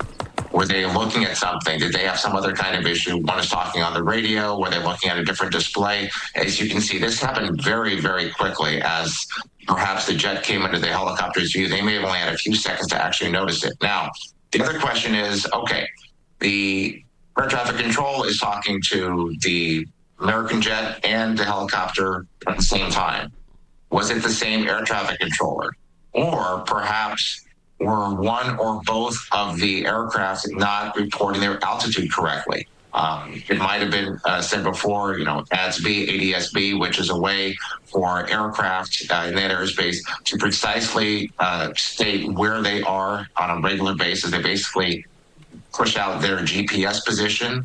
In the old days, it was just IFF, so it was just a singular sort of ping, an active ping on the radar, saying, here I am, but the radar can't figure out where it was. What in this case, the GPS position says this is exactly where I am in three-dimensional space. Dude, so, I'm not going to say that, but it was about to occur. The air shit traffic controller happens, would but get an Jesus immediate fuck. alert. They would This see is a big converging fuck up. tracks into the same piece of airspace, Well, stay I wish I had a within pussy in here to show, 1,000 but- feet of each other. The air traffic controller would be alerted. You didn't hear any type of urgency in the voice of the air traffic controller. So that would lead me to believe that perhaps one or both of the aircraft were not broadcasting ADS-B, or there was perhaps a problem there. So there's a lot of potential possibilities. However, it does seem, at least on first glance, knowing more that both aircraft seem to be operating nominally without any other kinds of emergencies or other kinds of issues, unless something happened that we simply didn't hear on tape. I want to point out to those of you referenced the video or the audio. We read the audio. We do not have that to share. Otherwise, we would do so. But I appreciate you sharing it because I think you can tell a lot from the inflections and the tone of voice in situations like that. Yeah, it definitely adds context to it, sense of urgency. Armand, I want to ask you because, back in 2023, the Metropolitan Washington Airports Authority president had really advocated against...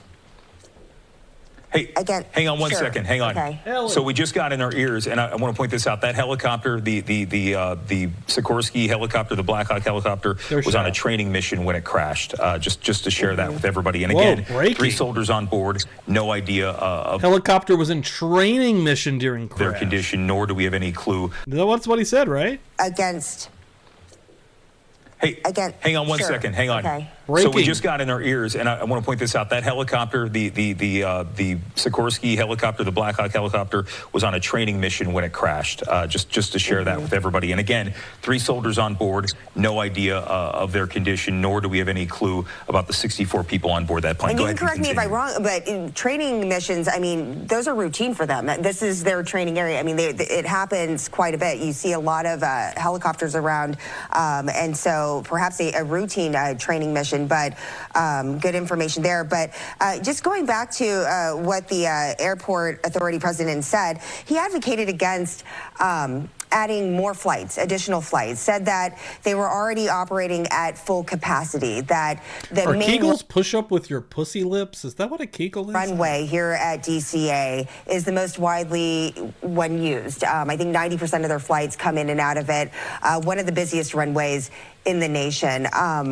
And so that's a good point this is a too, busy low light airport. recovery. I don't know shit about shit, but just in your experience, with what you bad know, fucking point. we saw reports leading up to this of near misses and close calls, but valid concern here where we live.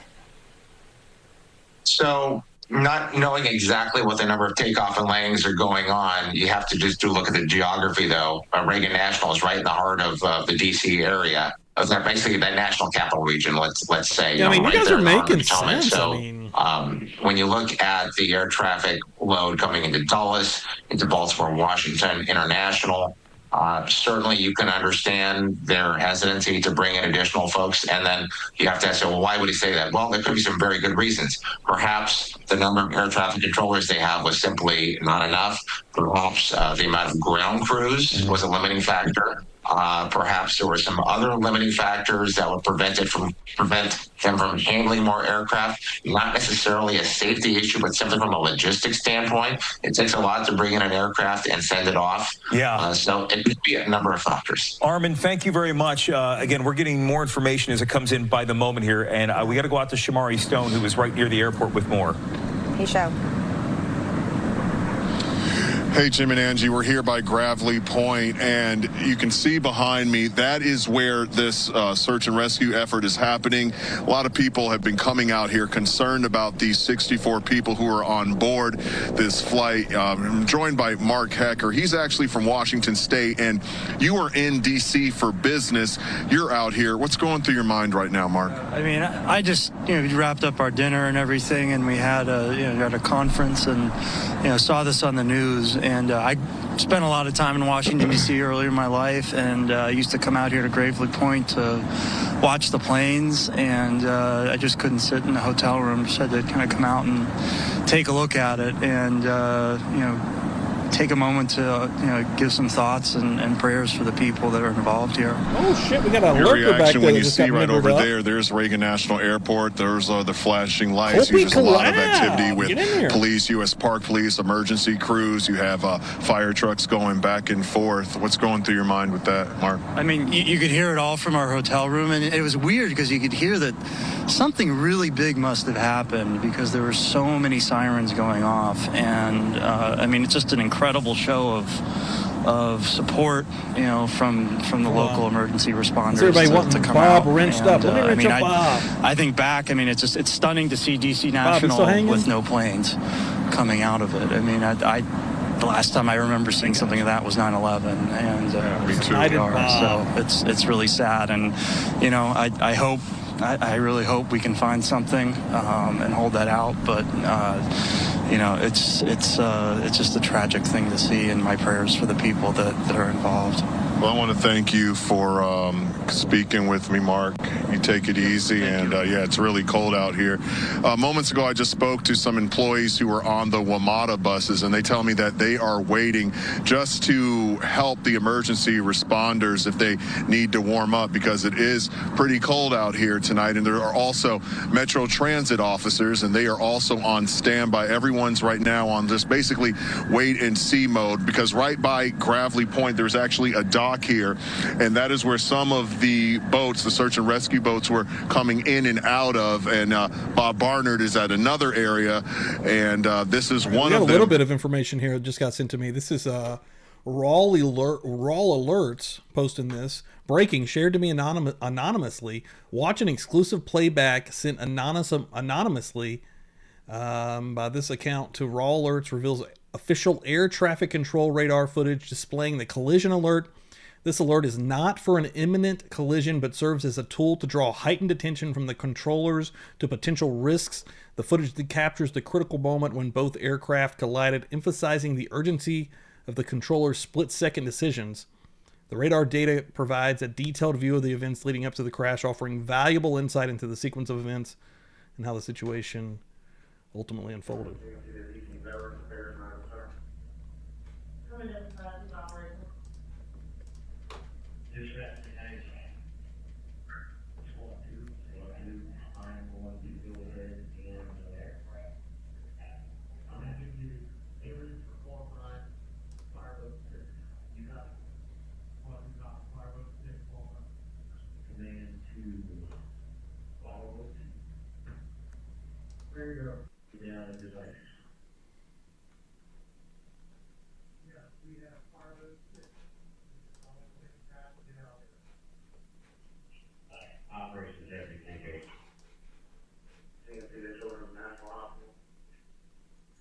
$12:30, and then hopefully an update every hour after that, if they can. At least that's what they're telling our sources there on the ground. Just to reiterate, what we do know is that a passenger plane carrying 60 passengers and 4 crew members that was incoming from Wichita, Kansas, expected to land right before 9 o'clock p.m. American Airlines 5342, at some point collided with an Army Black Hawk helicopter that was on a training mission, a helicopter that is out of Fort Belvoir. And at this time, it is believed that the aircrafts are in the Potomac, and that is where the rescue operation does continue. At this point, we don't know We have no confirmation that anybody or anything has been pulled from the water. Yeah. We haven't seen any evidence of that, and we have not been told otherwise. So when Nana mentioned, and Angie just reiterated about the people who were concerned about being stuck at the airport, Metro, Shamari took us over towards one of those buses where they're using Metro buses to warm up first responders, but more significantly, because there have been reports of flights being diverted, Metro is running Silver Line service late tonight going from Dulles Airports, where some of these flights have apparently been, at least according to FlightAware. We have not confirmed with NWAA if any of these flights were confirmed, but FlightAware says some of them have been diverted elsewhere. So they are running Metro service from Dulles out towards Metro Center, and then at Metro Center they will run bus service to get people down to Reagan Airport if they are parked there, or if they're trying to get around. Metro service, by the way, obviously Silver Line does not run to Reagan Airport. I don't have any rules here, Bob. There's no rules. The only rule is the only time you ever do anything to anyone is if they attack somebody in the chat. Everything else is free game. Which is why they have that to get so far tonight. Yeah, that's over from Alexandria. Okay.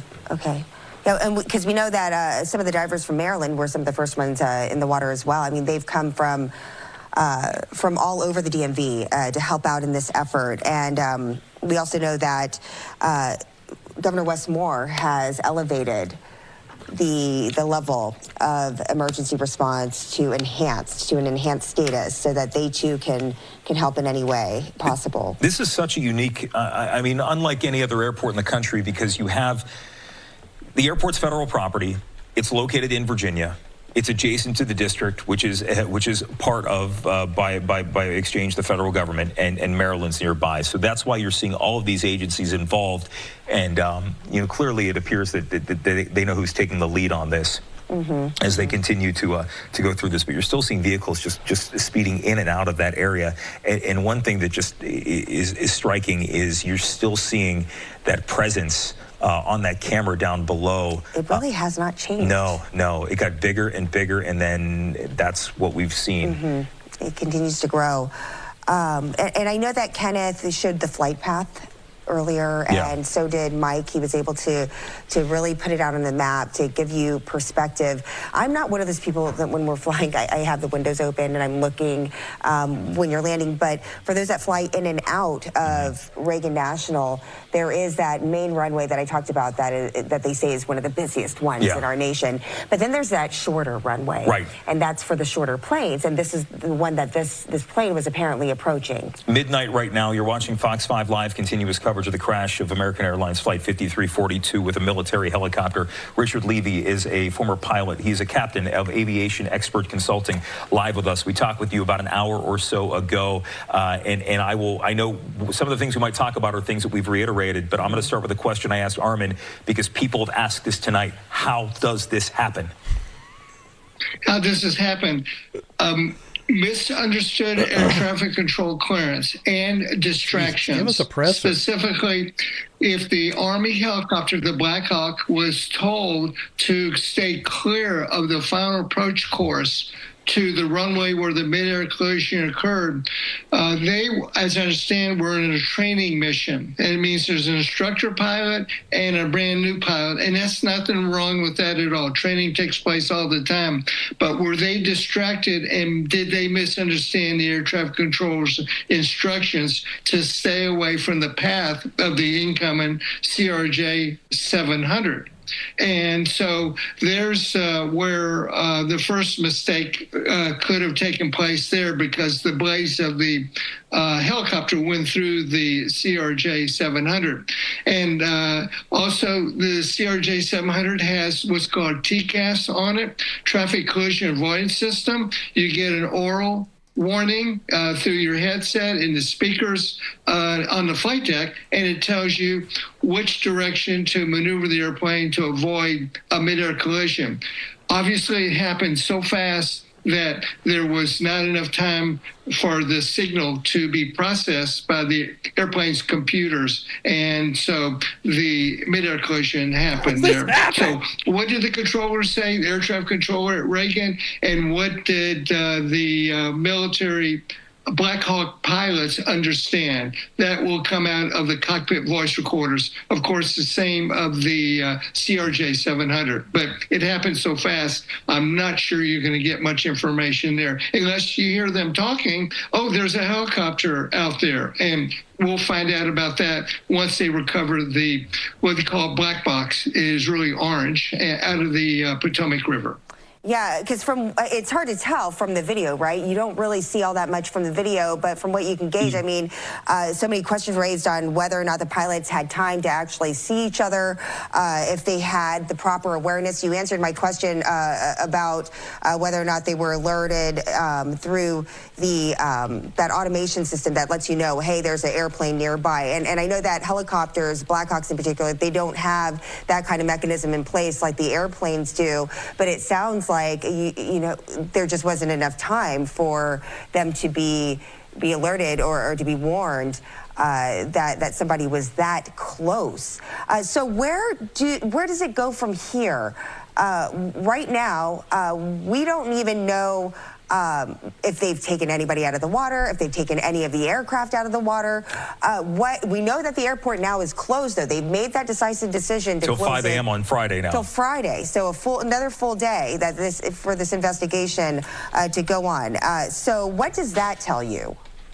Well, I want to make a point that you talked about. You just said something that could be a clue about 10 seconds ago.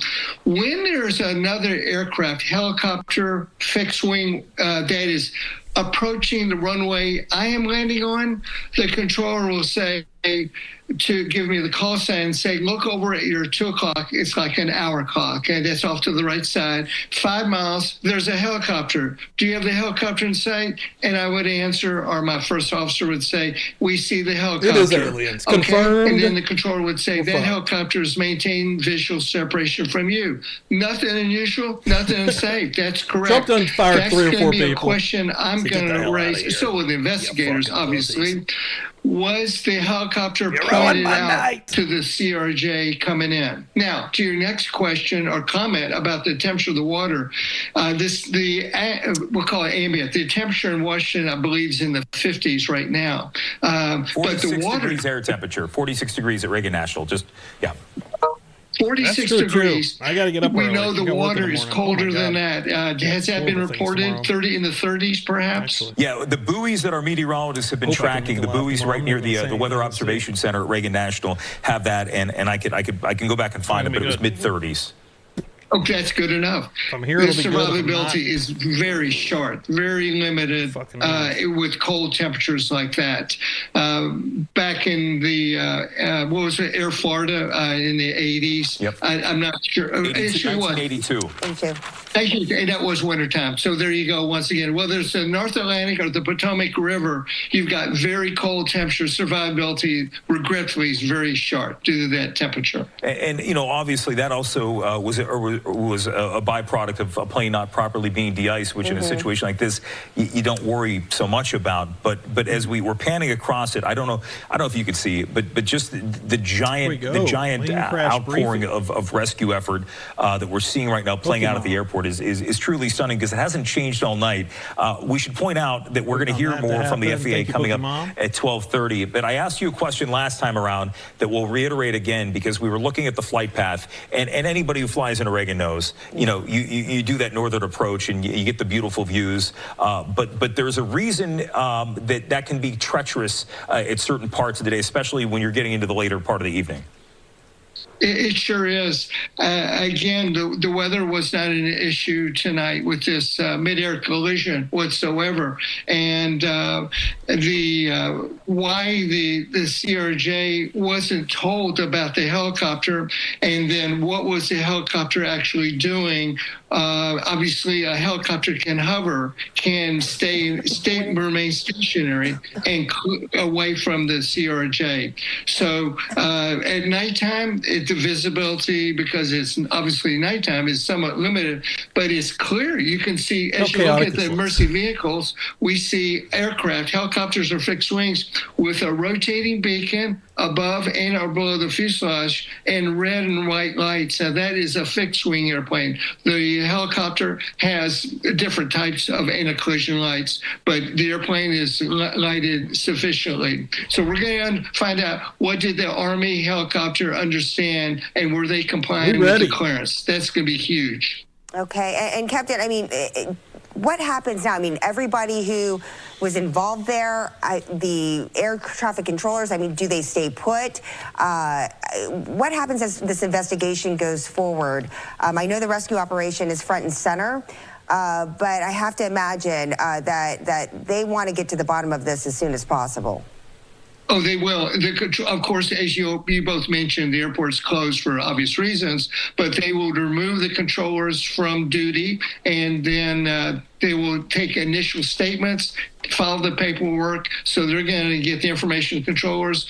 But the air traffic control communications, they're recorded. They're a matter of law. They are a record right now. And also, as I've mentioned a couple times, the cockpit voice recorder, which records during this whole entire mid-air collision before and at the point of it, will be pulled up out of the water.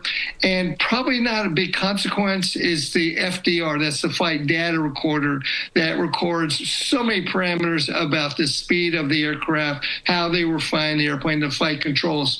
But I'm not saying that is going to be a big factor. Communications, understanding of the clearance is going to be huge in this accident. Wow. And this is both aircrafts you're talking about, that they'll get the black box from both aircrafts and be able to see how they is there a standard for that, Richard? I mean, is there a standard? Is a military black box built the same as one that you would find in a commercial air flight? I've got to be 100% honest with both of you all that I do not know the answer to that of the Black Hawk helicopter, whether they have flight data recorders. I could think of some reasons why they should have it for accident investigation, and then you're talking about military combat potential. Would you want that on a helicopter? So that's a different question. I don't know. But all regional airliners and the major airlines, that would be the Delta, the American, Southwest, et cetera, in these regional airlines, they are required by FAR, Federal Aviation Regulation 121, to have an operable voice recorder. So absolutely, they're going to have it on that. Again, what they're going to gather, because this happened suddenly and unexpectedly, because they would have avoided the helicopter if they had enough time to see it. And Captain, we're seeing reports that the plane was apparently broken into two pieces. What does that tell you? What does that indicate to you? That, again, without having facts, but that indicates to me a very horrible, terrible mid-air collision of the rotor blades on top of the helicopter sliced through the regional jet. And that's what that tells me.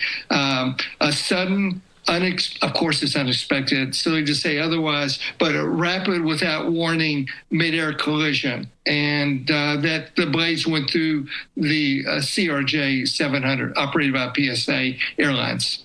All right, Captain Richard Levy is joining us here on Fox 5 with that latest information. And again, sir, thank you very much for the expertise. What I want to do now is bring in our meteorologist, Mike Thomas.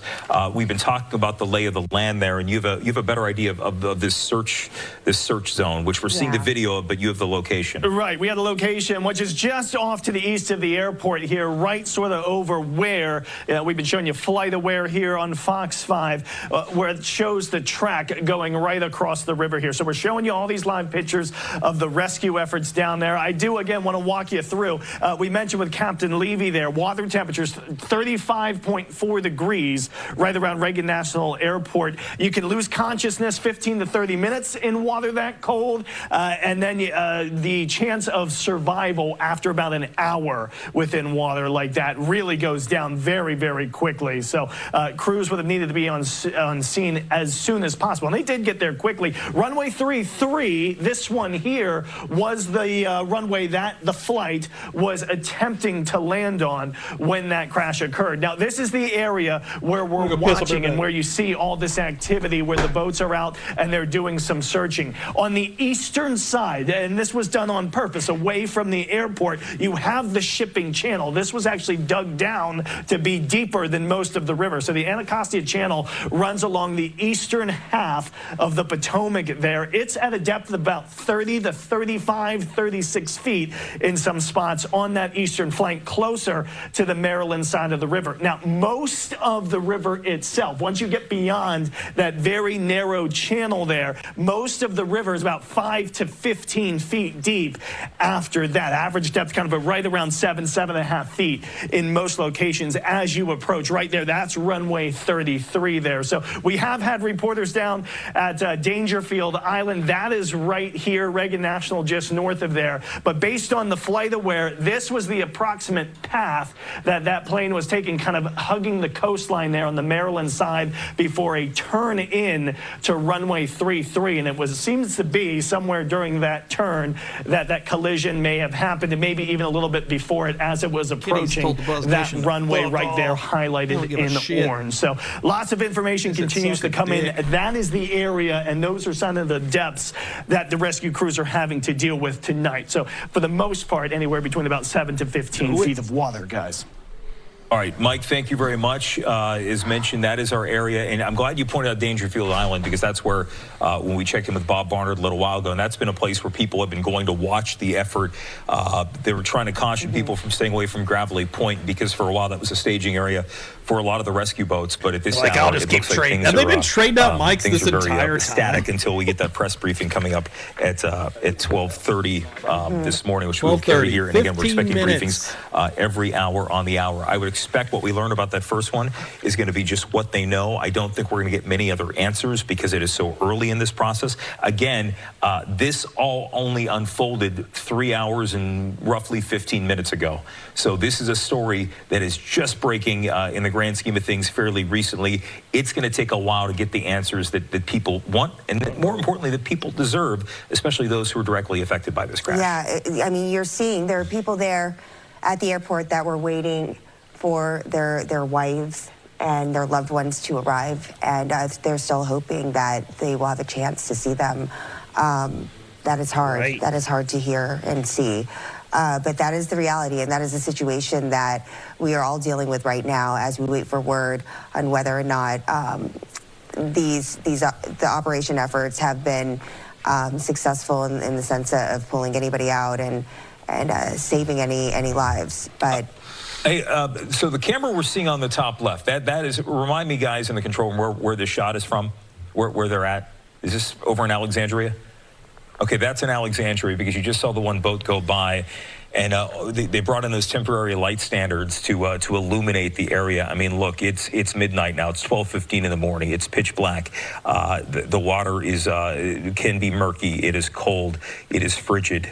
Not just in the air, but even more so in the water, where we've been looking at those buoys and the readings. But still, at this hour, I imagine when we have that first briefing in 15 minutes, we're going to hear, we're going to get the bulk of the information, at least right now, that'll keep us going through the rest of the night. But as mentioned, I know for a while, I don't know for how much longer, but they did put, Metro put some extra trains out there on the Silver Line to bring people in who may have been diverted. Do you know the timing on that, or did they say indefinitely? Yeah. Or Randy Clark, the GM of Metro, just said they're working to help.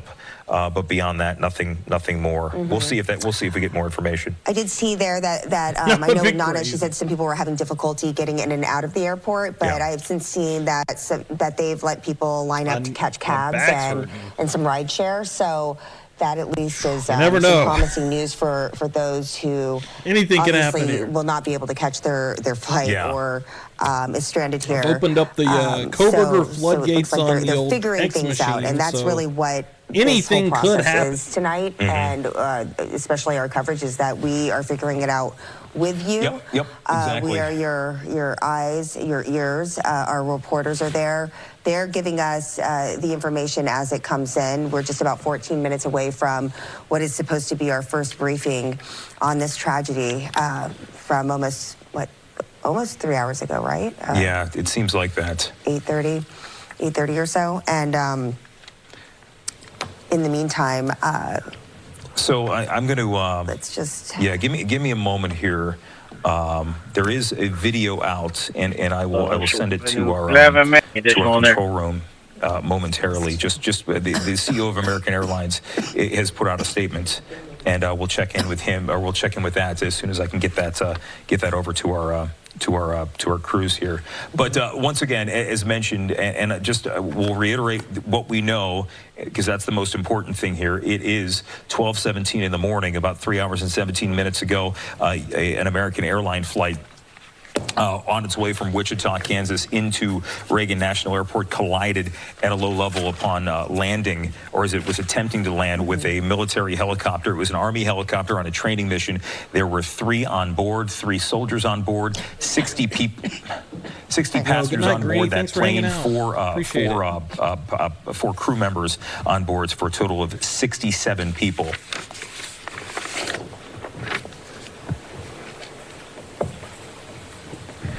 Jim Broccoli is a former Air Force, he's an Air Force veteran, and he's also an attorney. He's joining us now here live on Fox 5. And Jim, you have been you've been involved in investigations. You work with Mary Scavo, the former DOT Inspector General, on these sort of things. Let's talk about the investigation part of this. How quickly does that start, or do we have to wait for the search and rescue operation to I'm ready to fucking go here. It's almost 12:30. Well, I think they're both coinciding at the same time.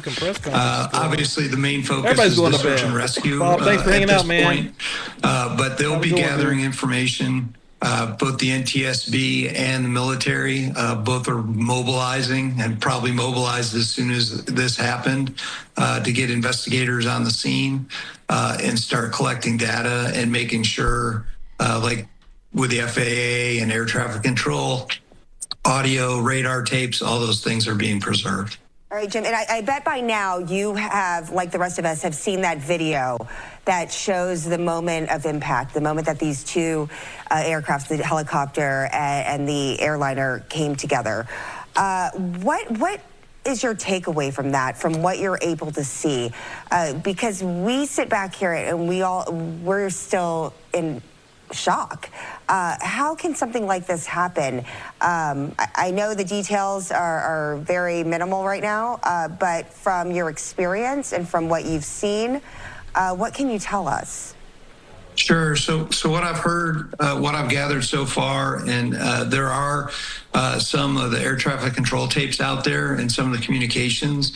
The aircraft, the American Eagle aircraft, was on short final. Was at about 400 feet, just getting ready to land. And the helicopter was in communication, appears to have been in communication with the control tower. And the control tower told them, that there was traffic, a regional jet in front of them, and to confirm that they had the regional jet in sight. And apparently the helicopter reported that they did. When you look at that video, you see that there is an aircraft taking off at the same time. When you see that video that's shot from far away, again, you don't ever want to speculate this early in the accident, but if I was just to guess at something, the crew of the helicopter may have seen a different aircraft. And when they said that they had that aircraft in sight, they may have been talking about one that had been taking off rather than one that was landing. All right. I just wanted to ask one thing, just because, I guess when we check back. Yeah, Jim's still here. So my question is, because we have this military aircraft that is now part of this investigation, is that we on Twitter? I'm seeing rescue workers have located multiple passengers underwater, still sitting in their seats with the air traffic controllers. So they're fucking dead. Is that going to complicate things? Because I can imagine that the military also probably has their own set of aviation investigators as well. They do. So the Army does have their I mean, investigation. underwater? They'll do actually, the Army will do 2 investigations. They do 2 different prongs. One is what they call a JAG investigation, which is more of a legal to see if there's a fault to be assigned to any of the air crew. And then there's also a parallel mass safety casualty like investigation. that. I don't even know, dude. That would be horrifying. Isn't looking necessarily to assign fault or to see if any violations were made, but to look at it holistically as to what was the causes of the accident, what could have been done to prevent it, and what can be done in the future to prevent this from happening again. All right. Jim Broccolini, thank you so much for joining us tonight with your insight and expertise. We've been getting various bits of information coming in so far tonight, but as we continue our coverage here, again, 12:22 in about 8 minutes, we're expected to hear a live briefing, and we got a list of those who are taking part. It'll be several dignitaries, several leaders, including Mayor Bowser, D.C. Fire and EMS Chief John Donnelly. I want to hear from him first and foremost because they were the ones who put the information out there. By the way, American Airlines, the CEO of American Airlines has put out a video statement. We have not seen this. I have, Jim. Let's go to Kenneth real quick. Yes, and while we're waiting to turn that video around, which I'm sure we will play it out for you guys, I do want to report out what he said in that video that was just posted moments ago on the American Airlines account. Again, this is Robert Isom, the CEO of American Airlines. He said he wanted to brief, obviously, on the serious accident. He said it was a difficult day. It is a difficult day for all of us here at American Airlines. Do we have this? We can play it right now. Okay, let's hear it. All right, we're ready for that. Here it is. Hello, everyone. I'm Robert Isom, the CEO of American Airlines. I want to brief you on a serious accident involving American Airlines. The aircraft was operated by PSA Airlines, which is a wholly owned subsidiary of American Airlines. Can't even hear it. First and most importantly, I'd like to express our deep sorrow about these events. This is a difficult day for all of us at American Airlines. Our efforts now are focused entirely on the needs of our passengers, crew members, partners, first responders. Here's what we're going to do. We're going to fix that audio issue there, and we'll listen to it again. But what I want to do is you know what? We're going to bring Kenneth back into this. Sure. Kenneth, you got your mic up. Okay. And we will get that audio fixed so we can hear that message from him. But again, the reporting from that message there from the CEO of American Airlines. Again, he was saying difficult day for all of us at American Airlines, and the company is now focused on those crew members and the passengers who were on that flight. He expressed deep sorrow. He also said there's a lot that he doesn't know at this point, but he wanted to share what he does know.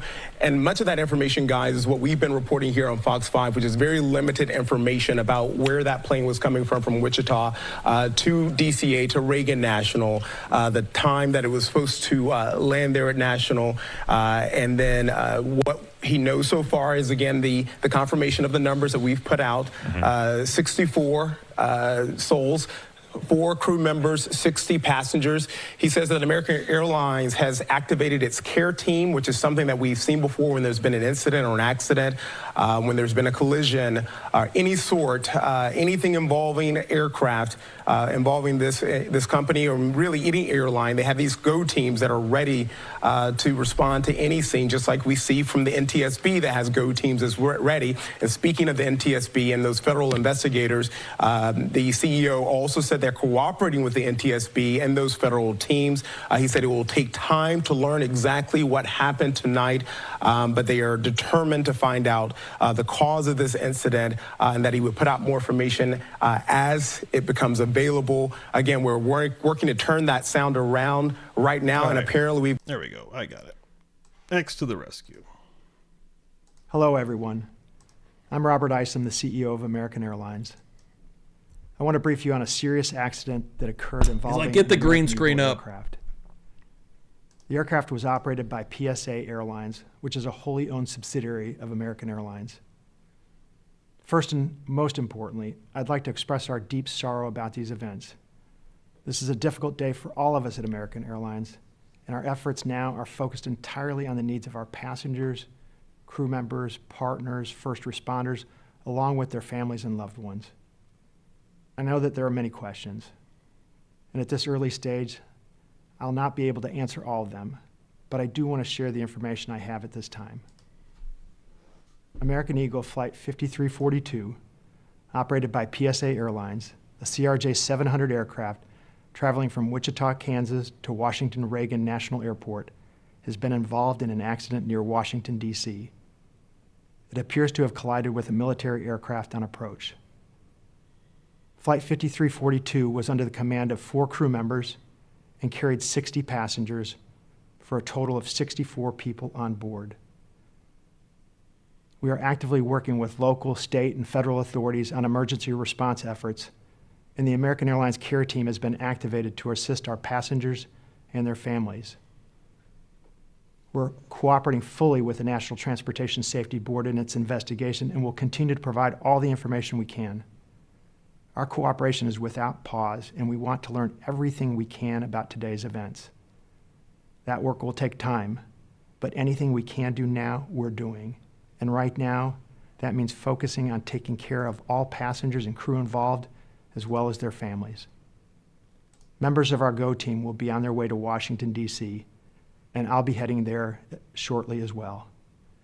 We know that many people will be concerned for the welfare of their loved ones, and we've set up a special helpline friends and family can call at 1-800-679-8215. That's 1-800-679-8215. If you believe you've had friends or family on board American Eagle Flight 5342. We understand and appreciate that people are eager for information. Please know that we'll continue to share accurate and timely information as soon as we can, but anything we must report must be accurate. We owe that to everyone involved. Our team of highly trained professionals will be working around the clock to support our passengers, crew, and their families however we can, and we'll update you as soon as we can. Thank you. That's fucking terrible. Got it, guys. So you may have already heard from us. Regardless, we're expected to get more at this press conference coming up at 12:30, which in fact should be just about 90 seconds away, although these things definitely don't run on a clock. Yeah, and meanwhile, we continue to hear from people who have witnessed this and are sharing their accounts. I know one guy chimed in and he said it sounded like a war zone crash, and that he saw immediately what happened afterwards. And just to kind of give you an idea, and another person saying that they thought they were hallucinating at one point. They thought that, you know, I see this every day. I see planes going to and fro on my drive back and forth, and had to do a double take and could not believe what they saw. And so I think that a lot of people are still in a state of shock. We heard Bob Barnard saying that a lot of people are just coming down to where he is at. I believe he's a little more southern, right? He's south of Gravelly Point, and they had to come see for themselves, and they can't believe just something like this would happen. We should be getting more information during this press conference. Okay, go ahead and talk. Control room's talking to me. Go ahead. Okay. There's the press conference on the top right-hand corner of your screen. Okay. Yep. So let me ask the control room. Take that top right box. Put it somewhere in here, and we'll continue to talk. And the second that we see people walk up to that podium, we will stop. That way, you can focus on keeping the train on the rails here. But as we take a look at the latest from the Associated Press, and again, this is from an AP source. They say multiple people have been killed in this mid-air collision. We don't know how many. This is according to a person familiar with the matter, telling the AP, the person not authorized to publicly discuss details. So that is from the AP. We depend on the AP for a lot of the information coming down here. And again, because this operation has taken so long, you know, you hope for the best, you plan for the worst, and unfortunately, that seems to be what we're going to hear at some point. This, what you're looking at, is inside one of the terminals at Reagan Airport. Everybody's getting into place. We will take that live as soon as it happens. Yeah, and right now we are waiting to find out just exactly if there was any type of rescues that were made. We're getting conflicting reports, but still, at this point, no confirmation that anyone or anything has been pulled from the water. We do know that there are family members that are also at this airport, waiting patiently and waiting with a lot of hope to get good news or a good update. We heard from the CEO of American Airlines, who really couldn't give us too much detail, but said that their priority right now is to do everything and anything they can do for these passengers and for the crew and for their families. And so hopefully Sierra Fox is there, I believe, standing by. She'll be able to bring us the very latest. And of course, we're going to bring you that live information as it comes in. Meanwhile, we have made note that not a whole lot has changed as far as the level of response. And well, while we're waiting to hear from this briefing, Abadi Ismail is joining us now. He's live on Zoom. Where you are, you live somewhere where you saw really this happen, and I just want to get your take as to what you saw earlier this evening. And by the way, where are you at, Abadi? I am at Buzzard Point, where the point right there is, by James Creek Marina. I have an advantage view of the Potomac River, the Anacostia River, Reagan Airport, the military base. I have cinematic view. So I could see everything that is happening from the moment the crash happened, because I was in my, I was sitting and watching TV when the crash happened, but it was a bang, bang, very loud bang, bang, something I'm not familiar with, something you don't normally hear. So I turned into the window to take a look, and that's when I saw some smokes on the south side of the airport. So I still I wasn't able to comprehend everything. So a few minutes later, that's when I saw the DC Park, the Coast Guard, DC Police, Arlington Police, fire truck, everything and everybody, every resource within DC were heading toward the crash scene. That's when I took the video, somewhere around 8:50 p.m. And we want to make sure like something is really happening. The river, the Potomac, is frozen. We're talking about 39 degrees as we speak today.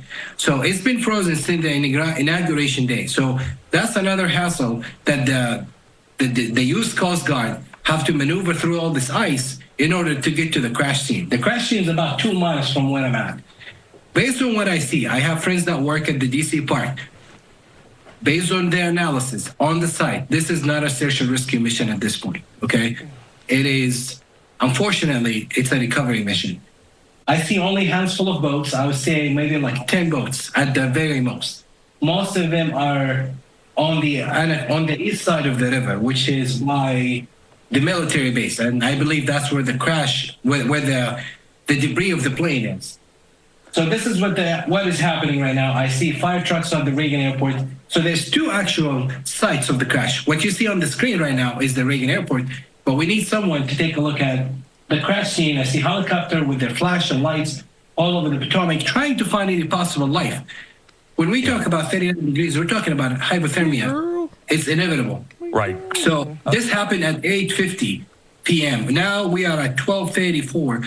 We're hitting almost 4 hours. Yeah. So this is really devastating. Abadi, let me jump in for a second here, because I just want to point out, yes, when we talked about the air temperature, we talked about the water temperature. Clearly, these are dangerous, treacherous, life-threatening conditions out there. We do not have any confirmation yet. If it's been called a rescue mission, they have not officially called it a recovery operation, which again we're hoping to hear some update momentarily. Yeah, and from our vantage point, it actually looks like it's somewhat stayed the same. The presence, if anything, has only grown, but if I understand you clearly from what you've been able to see, because you have a different view, does it look like there are fewer boats in the water?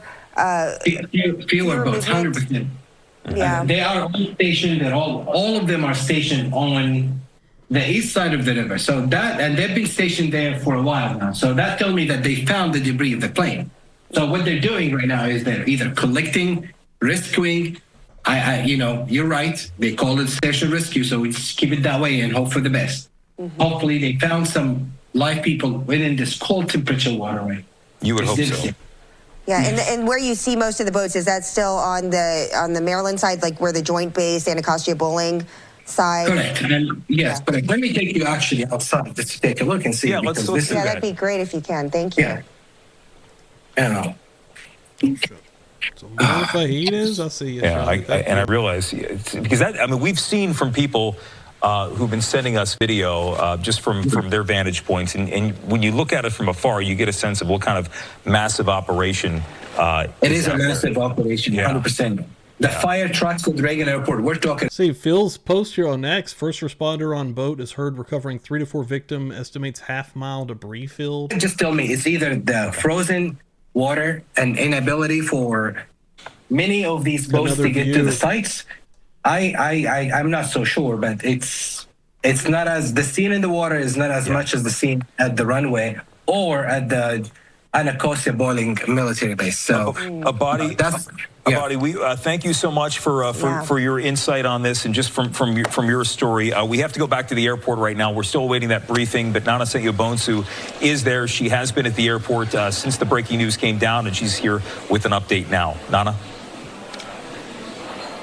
Hey, Jim. Yes, in moments we are expecting a briefing, an update from public safety officials. We know D.C. Fire is here. We know D.C. Mayor Muriel Bowser is here as well as Metropolitan Washington Airports Authority, all expected to speak at this podium that is set here. A number of news outlets, media outlets here, just, you know, all doing the same thing that we've been trying to do since we've been out here. The moment we got the call, get some answers and figure out what's taking place. How is that rescue going?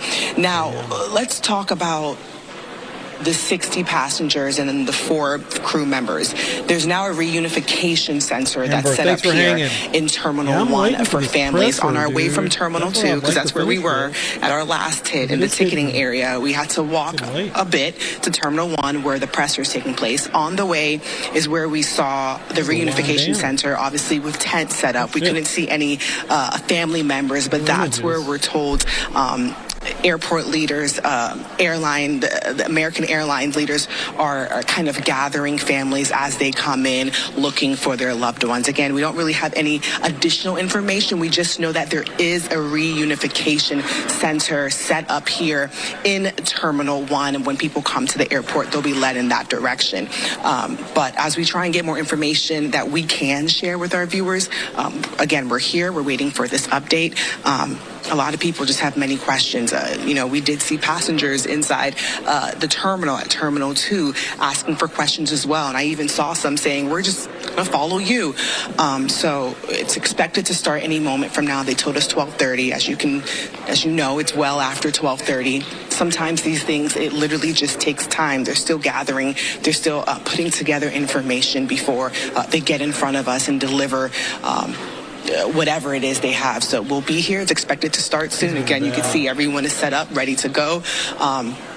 And we'll have whatever updates that come in for you. But again, very fluid situation. We've been moving around. You know, we started at Gravelly. We worked our way to the ticketing, Terminal 2, and now we're here where this presser is getting ready to start. So hopefully we can have the information we've been asking, the numbers, the rescue. And one question that I have is when we were at Gravelly, we saw those boats go in and then they left, you know? So like, why were those boats pulled out? Were they too far? Was the rescue taking place somewhere else? So many questions. You were hearing a lot of different unconfirmed reports. So there's so many questions. And Jim, I did not forget the question you asked me to figure out what time this airport will reopen, whether it's 5 a.m. that we're hearing or it's sometime on Friday. So we'll try and do the best that we can, but bear with us because we have a lot coming in right now. Yeah, and hopefully, Nana, that's why we had the briefing where we'll get those answers out there. But thank you very much. We appreciate you, Nana, and we'll check back in with you in a little bit. Again, situations like this in times of breaking news and things are fluid, we were told that the briefing would be at 12:30. Obviously, they want to make sure that everybody is on the same page with something like this before they start addressing the media on this matter. One official we did hear from, though, was Robert Ism, who is the American Airlines CEO, and he said in a video that he released that they would like to express their deep sorrow about the events of this crash. It's a difficult day for all of them, and their efforts are focused now on the needs of the passengers, their crew members, their partners, the first responders and families and loved ones.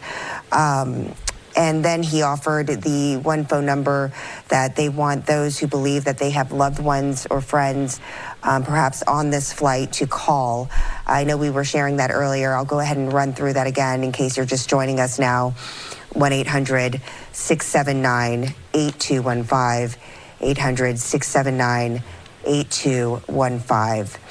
And again, I know we've been speaking to some eyewitnesses, and but I think it's also really important to reiterate that at this point, we still don't have any confirmation as far as casualties, injuries, deaths. We just have the numbers. Yeah. 60 passengers, 4 crew, 3 soldiers, and I think those are numbers we're going to remember for a long while. That as mentioned, that Sikorsky helicopter was on a training mission, as they often do, and these are more or less the premier helicopters that the U.S.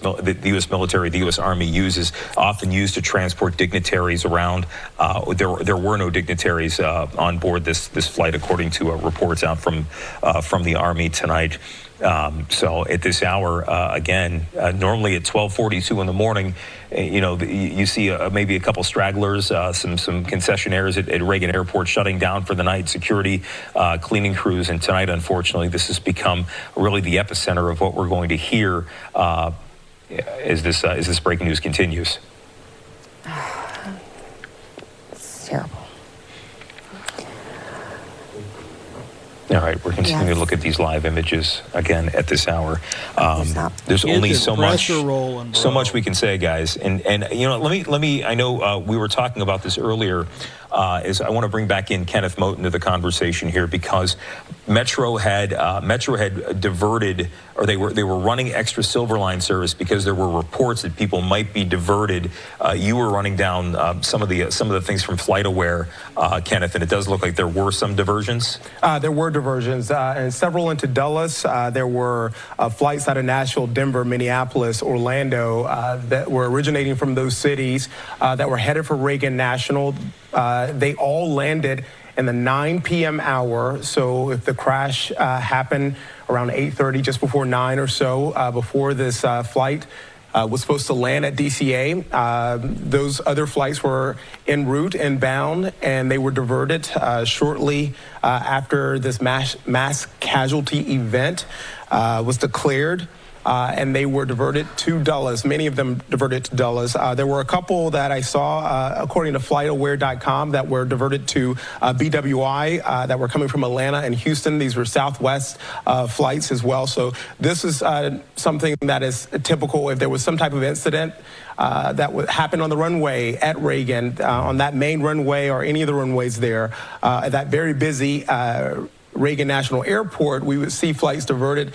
These flights, several of them diverted, something that I feel like we haven't seen the amount of flights that we saw diverted after this incident, which is understandable. Right. This is something that we really have not seen before. And then obviously those who were on, the passengers who were on those flights had to get in touch with their family members or whoever was possibly going to pick them up at Reagan to say, now I'm at Dulles, now I'm at BWI. And obviously, once they learned, this is me speculating, but once I'm just putting myself in their shoes, learning what happened as soon as they landed, I'm pretty sure they were very thankful because at this moment, I mean, I'm pretty sure for those who have flown in and out of Reagan, you could say that could have been me. And so that's very sobering, a very sobering thought for those passengers who landed, who were on those diverted flights that were supposed to land at Reagan in the 9 o'clock hour. But many of them, again, landed safely at Dulles and BWI. And again, as Jim, you and Angie have been mentioning tonight, obviously that Silverline service has been extended there.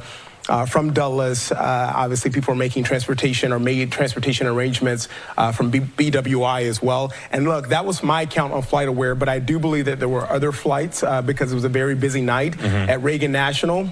I do believe there were other flights that were diverted as well. But I'm also seeing the cancellations that are also popping up. Typically, the boards that we've seen where Nana showed us the board that had the message up there, typically those boards will tell you what the delays and the cancellations are.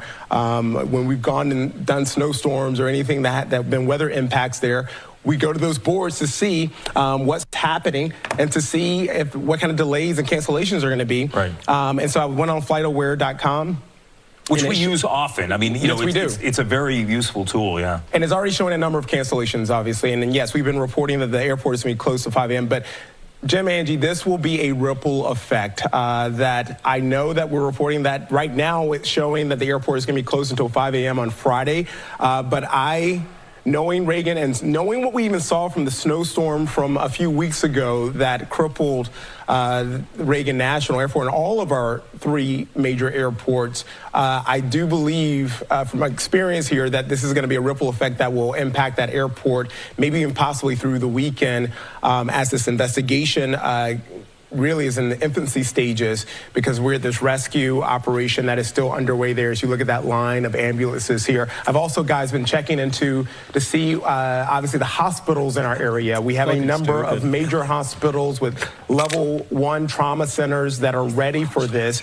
We know that when it comes to those first responders that you see there, when it comes to the hospital staff, they train for these types of incidents, hoping that they will never happen. But here we have them waiting on standby, waiting to serve, waiting to treat patients if and when they get them. Again, a very sobering thing that you see there with those first responders lined up. We've been reading a lot of statements that are coming in, and Kenneth, and I want to read this because it's coming from the President of the United States on his Truth Social account. I'm just going to read this verbatim. This is from President Donald Trump. The airplane was on a perfect and routine line of approach to the airport.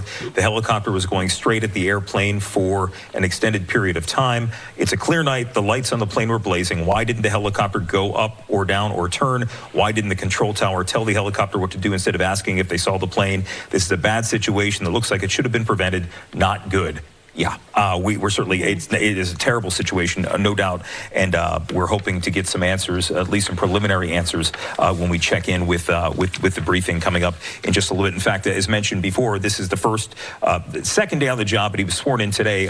New Transportation Secretary Sean Duffy. We will be hearing from him early on in this briefing as well, whenever it gets underway. They're in position again. At times like these, they will give us a time, but it does take some coordination to get everybody out there and to speak. But we will be hearing from Fire Chief John Donnelly, senators from Kansas as well. It was Senator Jerry Moran earlier tonight, a Republican from Kansas, who had said earlier, kind of gave the first confirmation. We had heard that maybe it was Wichita. We had heard roughly around 9:15 where the flight was. It took time for us to confirm that, but the senator will be speaking there because these are their constituents as well. That's right. And you mentioned Ted Cruz, too. Ted Cruz as well, yeah. Yeah, head of the Commerce Committee in the Senate, which oversees transportation. Yeah, so they'll be getting their own separate briefing also in the morning. But, yeah, you talk about Secretary Duffy, and wow, yeah, sworn in today, and he was there right in the beginning. He said, I'm at FAA headquarters. So he's been there at ground zero, so to speak, since this started. So hopefully they'll be able to shed more light on this, and more importantly, be able to give some of these families some answers. I mean, that's what we're all waiting for. This is, unconfirmed reports. We are getting text messages. I mean, this is where we live. People were coming home. Yep. And now, we are starting to get messages that people knew certain people and certain families were there. Yeah. And it's going to be a very, very difficult night and very difficult coming days for many of us. And we can only hope for the best. Yeah, and I keep looking down. I mean, you probably see us looking down and, just getting the latest information out there and seeing if we're getting any new alerts that are coming through. But there's a lot of people watching this and a lot of people watching. Let's go back over to Shamari Stone. He's over at Gravity Point. He's ready to go. It flies right the fuck into the plane. Well, first of all, the people that I speak to are actually, some of them are tourists who are staying in their hotels. You have people who are in hotels and live actually near Reagan National Airport. Many of them have been coming out here throughout the evening, taking photos, One woman was praying that I saw, concerned about the 64 people who were on that plane. A lot of folks are asking themselves, like what we're asking, how right? can this happen? How did this happen? What led up to it? And of course, those are questions that will have to be answered in due time. Right now, people are concerned, obviously, about those people. And over here, you have Metro Transit police officers, U.S. Park Police, you have WMATA buses, and all of them are here as a command post by Gravely Point. This area is been closed. They're allowing us to be here to bring you this live television. There are people on the bus over there waiting for emergency responders who are cold to come and warm up there. You have these officers also on standby, and that cruiser you're seeing right there is moving, and people come in and out. And there's a lot of activity here at this area. And if you move over here, this is where they have the rescue mission. And right now, we're going to go to the news conference for you all so we can get an update. Here we go. Yeah, go right ahead. Thank you, Shamari. We'll check back in with you. We're going to go back. Let's go.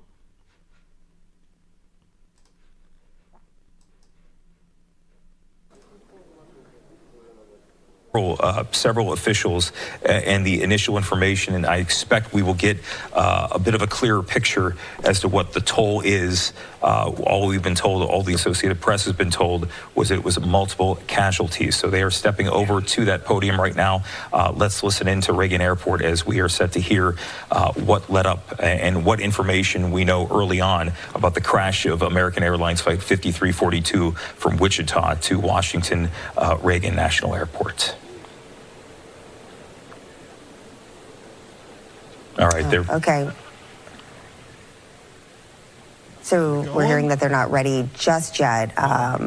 They've got, as you can imagine, they want to get it right too, right? Well, right. That's the most important thing. They don't want to step up there and rush into anything, and you got to respect that. So it looks like the cameras are turning around. Perhaps people are getting in place. That was sort of the signal we had to start going there, but they're all checking to make sure the feeds are working, the microphones are working there. And I can imagine.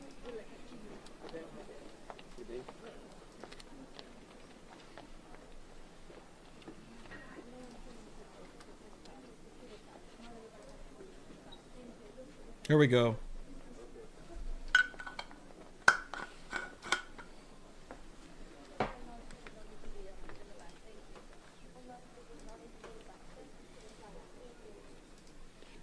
I'm Muriel Bowser. I'm the mayor of Washington, D.C.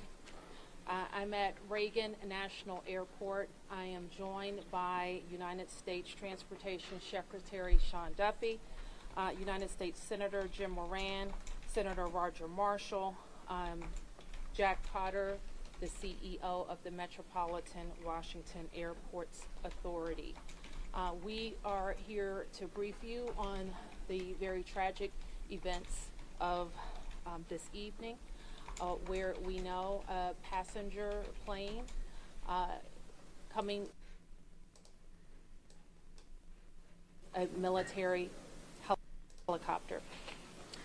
Our fire department, DC Fire and EMS, supported by fire departments and police departments from across the Washington metropolitan region, are executing a rescue operation in the Potomac River. They are working diligently in very dark and cold conditions, cold water, to execute this rescue operation. We have had the opportunity to be briefed by American Airlines officials. I'm told that American Airlines leadership is on the way to Washington as well, and officials are in the airport talking to families now. We do have a 1-800 number where families should contact us. Should contact American Airlines for more information, and we will be providing that information shortly. I am going to turn to a number of officials to provide as much information as we can this evening, and we expect to have more frequent briefings at daylight. So with that, I'm going to turn to Secretary Duffy. Thank you, Mayor Bowser. I think for all of us, we want to extend our thoughts and prayers to those individuals who are impacted by the events tonight, their families. We know this is a very difficult time for all of them. Thanks at daylight. So with that, I'm going to turn to Secretary Duffy. Thank you. Hold on, we're going to be back.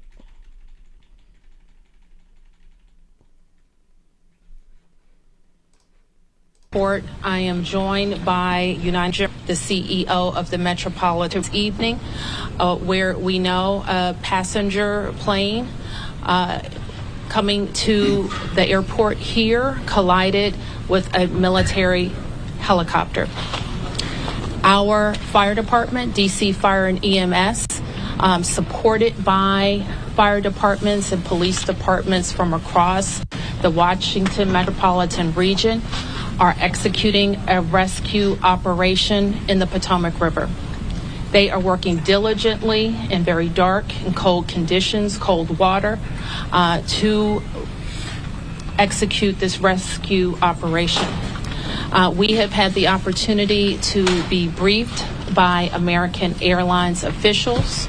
I'm told that American Airlines leadership is on the way to Washington as well.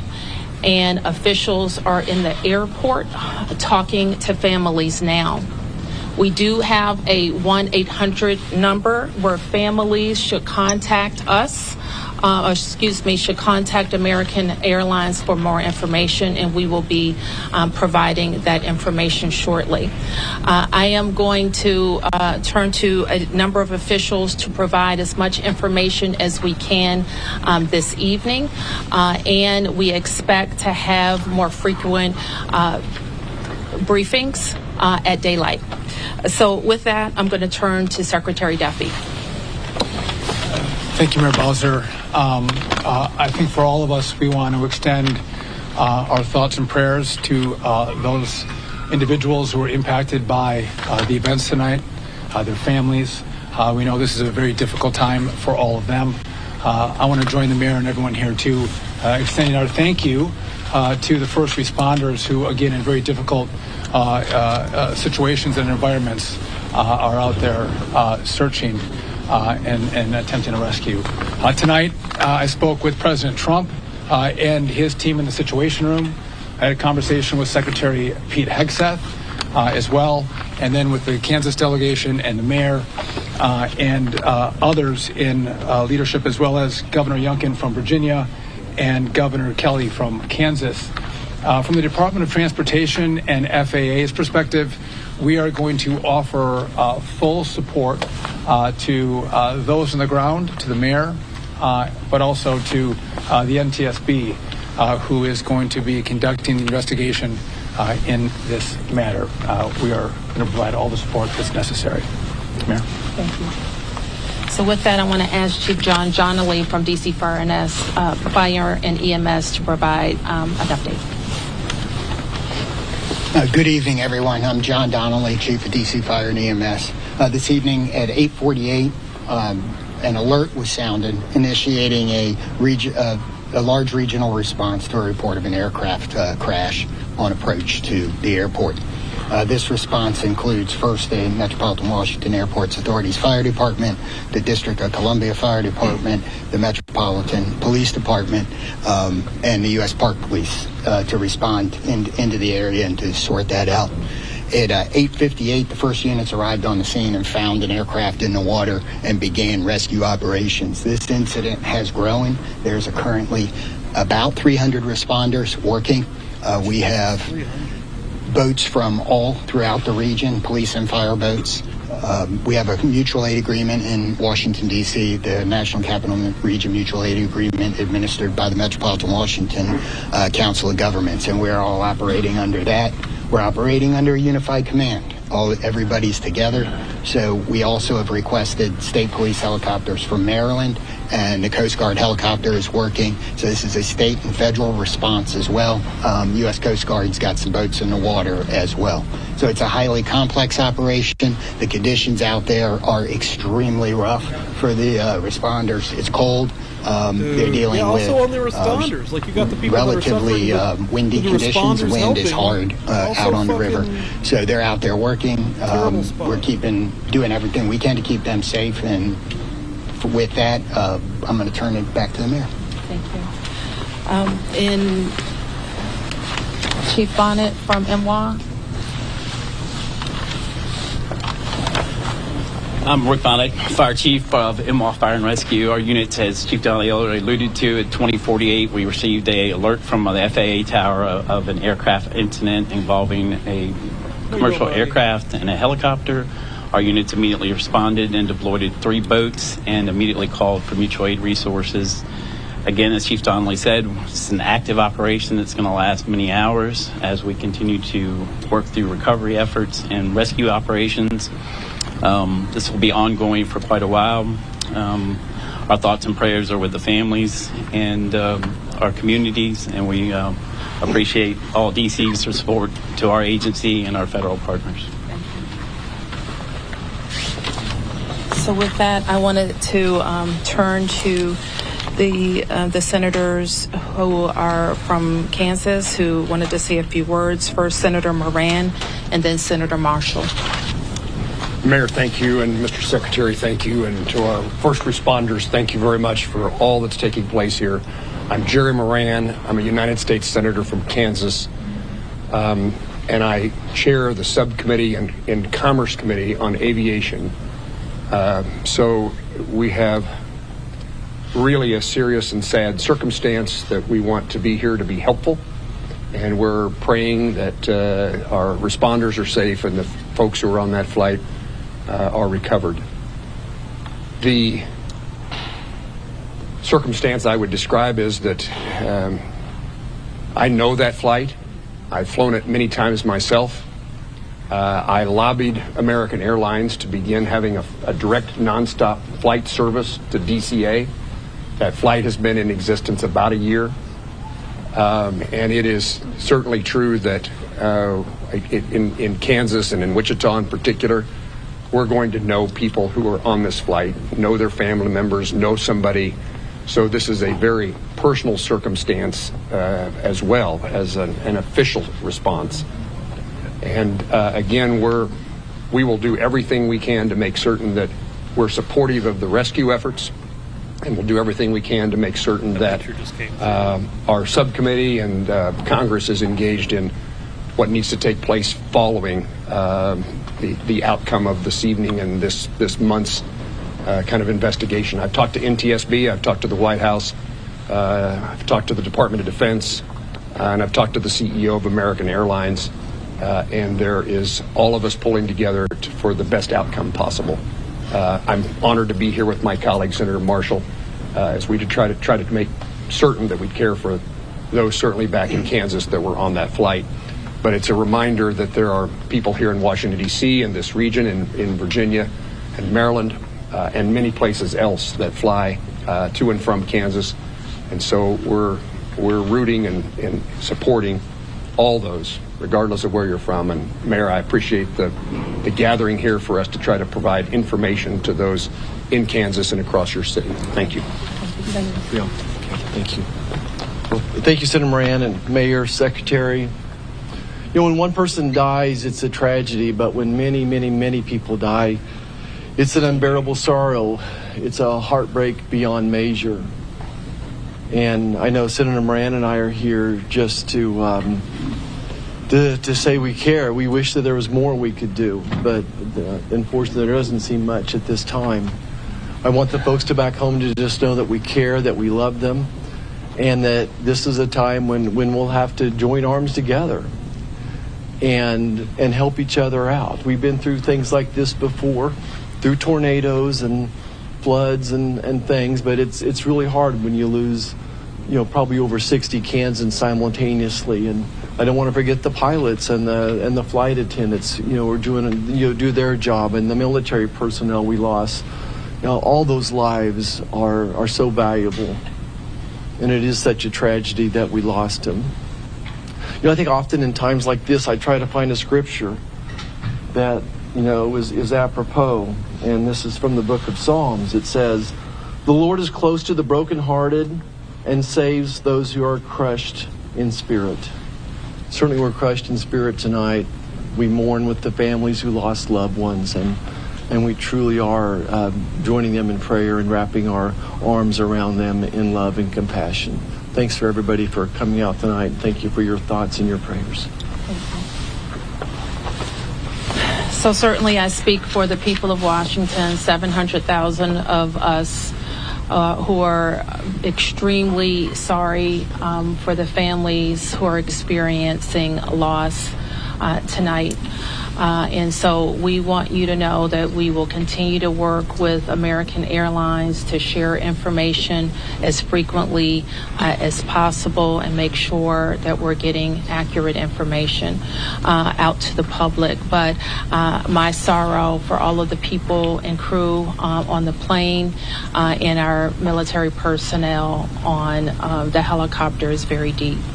I do want to turn to Jack Potter, who is the CEO of our Airports Authority, responsible for Reagan National Airport and Dulles International Airport, to talk to you about how the airport responded and what we're what's going to happen next.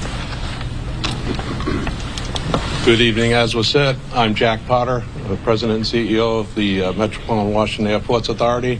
Thank you all for being here tonight and under these very, very grim circumstances.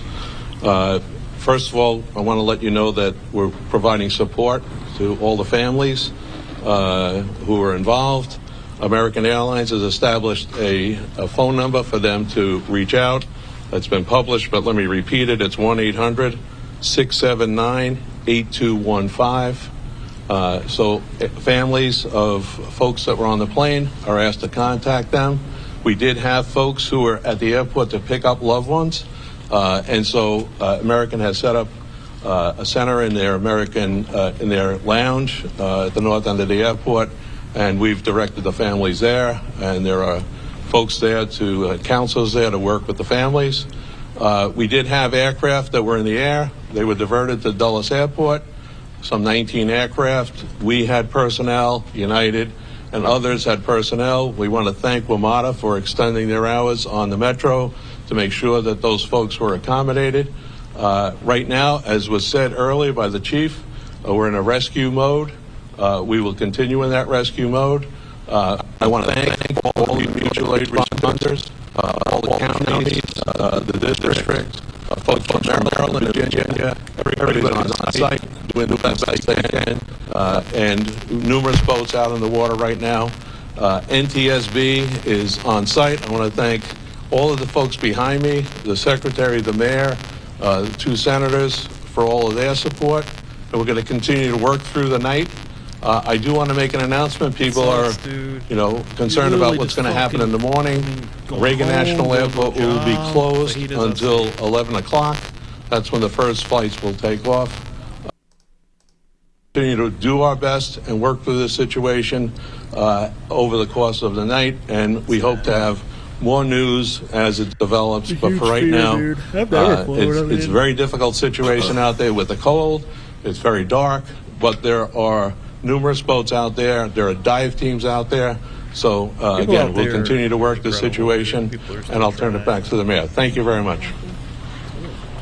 Thanks for that update. And you've heard that in the National Capital Region, the district, of course, is Washington, D.C. is at the center, but we are a close region. We have heard from the governors of Maryland and Virginia, the mayor of the city of Baltimore, all who have sent us personnel to help in the rescue operations. Last thing I'll note is just to our local viewership, and just please let our first responders do their work. Try to let our vehicles get to scenes and through scenes. We don't want anybody else to get hurt because of moving vehicles, okay? So we will be able to take a few questions. There's not a lot that we can say. We won't be able to say anything about an investigation. As you know, once fire and EMS completes the rescue operation, then the investigation goes over to the National Transportation Safety Board. And I'm sure the Safety Board, NTSB, will provide information about when they will be briefing about an investigation. So we'll take a few. Yes? Can you confirm that both aircraft are in the water, and perhaps Chief Donnelly can explain what's involved in conducting an operation like this? Yes, both aircraft are in the water. The focus now is rescuing people, and that's what all of our personnel are focused on. And Chief, I think he's given a pretty good description, but if there's anything else you want to add, Chief? I would just say that the boats are out doing searches. We have divers on both aircraft, and they're searching the aircraft at this point. Right. Yes. Have any survivors been found, and how many bodies have been recovered? All we can confirm tonight is the number of people on each aircraft, 64 people on the American Airlines plane and 3 people on the military helicopter. And we can't provide any more information about recovery efforts. The 2 people have talked about lost loved ones. So how do you know that there might be people who have lost loved ones? I didn't say I didn't know people that lost loved ones. I said we can't talk about any of the recovery efforts in specific tonight. Yes. Secretary Duffy, I'll call on who's next. Yes? Thank you, Mayor Bowser. Will this affect operations at Dulles and BWI? Will the Potomac River traffic be closed to boats? Yes. And so Jack has talked about, can you talk about Dulles? I'm not sure we can talk about BWI, but we can talk about Dulles. There is no impact at BWI or at Dulles. As I said earlier, our airport here, Ronald Reagan National Airport, will be closed until 11 o'clock. Obviously, that will be fluid. We'll learn more, but we wanted to advise passengers who might be coming to the airport in the morning that we will be closed until at least 11 o'clock. Secretary Duffy. A question for Secretary Duffy. Yeah, 1 second. You're next. Hi, Mayor. Thank you so much. So, just other than the current situations, like we know the water is extremely cold and it's very dark outside. Although Senator is saying that there are numerous boats in the water, but what's the the biggest challenges for the rescue team? What best scenario we can expect in the coming few hours? So the challenges are access. The water that we're operating in is about 8 feet deep. There is wind, there is pieces of ice out there, so it's just dangerous and hard to work in. And because there's not a lot of lights, you're out there searching every square inch of space to see if you can find anybody. Divers are doing the same thing in the water. The water is dark, it is murky, and that is a very tough condition for them to dive in. The question about the river, we'll make that decision later. The Coast Guard's on scene, and I would expect that it's not a high use time in the river, and we should not expect to have recreational traffic on the river tomorrow. Okay, 3 questions. 1, 2, 3. It's for Secretary Duffy. Have you been in touch with the air traffic controllers who were in the tower at the time of the crash? I have not. You have not. And second question, this is your first several hours in this position. What are your thoughts? What are you feeling right now? He just got this position? My focus is on literally, this is his first hours in this position? That's crazy. Again, I've been secretary for a little over a day, and the tragedy that we're going to deal with this recovery, I think is touching everyone's hearts, whether it's here in the greater DC area or in Kansas. And again, I think everyone here is thinking and praying for those who potentially have lost a loved one. And thank you. Okay, your question? Could any of you give us any sense about how an accident like this could have happened so close to the airport, right in the heart of DC? There have been reports that the DCA tower contacted the helicopter moments before the crash to ask if they had sight of the aircraft, that apparently the helicopter reported that it did have sight of an aircraft. Is it possible that it had the wrong aircraft in sight? Do you have any sense of what went wrong in those final moments? I know that the National Transportation Safety Board in its investigation will be able to search on all of those questions. We wouldn't be able to talk about that tonight. Yes? Two points for Secretary Duffy. The first being, you were talking about when you were in the Situation Room with the President and the Exec both being there. Can you tell us more about the President's initial reactions to this, as well as the Exec that this was a military helicopter? So I was not in the Situation Room. I did have a conversation with the Situation Room where the President was located, as well as with Secretary Hegseth. We're exchanging information. I would just note that not just the local team, but the federal team has performed very well in this crisis. I know the President is incredibly concerned about what's happened here today. I'm sure we'll continue to hear more from him, and I'll continue to consult with him and Secretary Hegseth. When it comes to the resources that you would be able to provide on the federal level, do you feel like you're getting what you need? Absolutely. The President has committed to this team and to the NTSB through the DOT that we will provide all resources necessary as we go through this recovery, but also the support from FAA and DOT as the NTSB investigates. Mr. Secretary, do we know the condition of these aircraft? Are they whole? Are they split? Are they pieces? Again, I don't think we can comment on that. Our focus is on getting the passengers and crew out of the water. And just one more clarification, because earlier we got guidance that DCA was going to be shut down at least until Friday at 5 a.m. I just heard 11 a.m. 11 a.m. tomorrow. Okay. Thank you. Okay, we can take a few more questions. A question here, and here. Mayor Bowser, can you just confirm, has anybody been transported to the hospital? I can't say anything about the rescue operation right now. Who was next? Yes. Yeah, Chief Donnelly, can you speak a little bit more about the unified command who leads this phase of the rescue and recovery? At what point do you then change phases? And can you describe to us the scene as best you can when first responders first arrive? So I happened to be listening to the radio this evening when the call came out. I listened to the responders come in, and the initial response, they were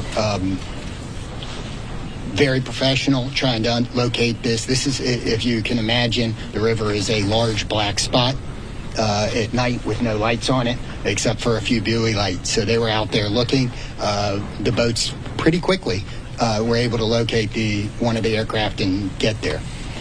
So that's what's going on right now. Everybody's working on that. We will reevaluate where we are with the rescue operation in the morning when we get a better sense of it, but we are still out there working, and we're going to continue that throughout the night. Do you have a sense that there are survivors? We don't know yet, but we're working. Is any part of the search happening over land? No, we're all in the water. Yes. Oh, you got a question. Somebody didn't get a question. Hold on. Yes. I just wanted to ask, do you have an estimate yet on how long the recovery efforts will take? So experiences like this we expect to continue our operations in the fire department for multiple days. And then I would expect the investigation goes longer than that.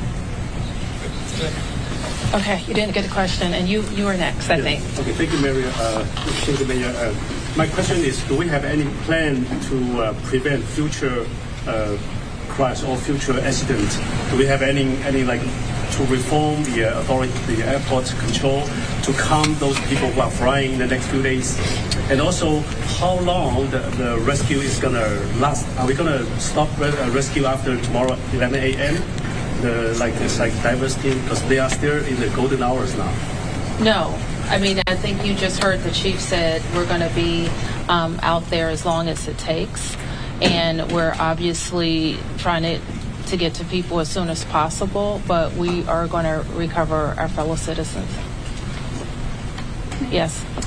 This is for the chief and Secretary Duffy. How do you balance the search and rescue operation with preserving the scene for the investigation that's now underway? So, from the fire department's point of view, we are always going to put people first.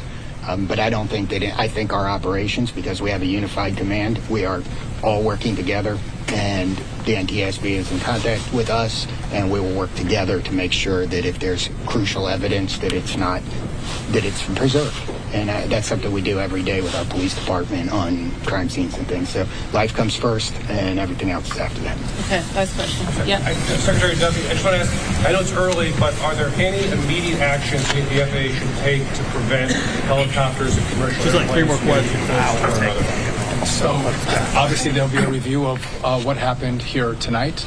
And after the FAA studies what happened, we will take appropriate action if necessary to modify flight paths and permissions. Do you have any more details about the helicopter mission with the Black Hawk? And Mayor Bowser, have you heard directly from President Trump? I spoke with the President's National Security Advisor, and I have not talked to the President yet. And I do not know what the mission was. So let me close by saying again, thank you to the members of the press to help us get information out to the families. The American Airlines number is 800-679-8215. 800-679-8215. And I expect the airport will likely provide additional information in the morning. Thank you.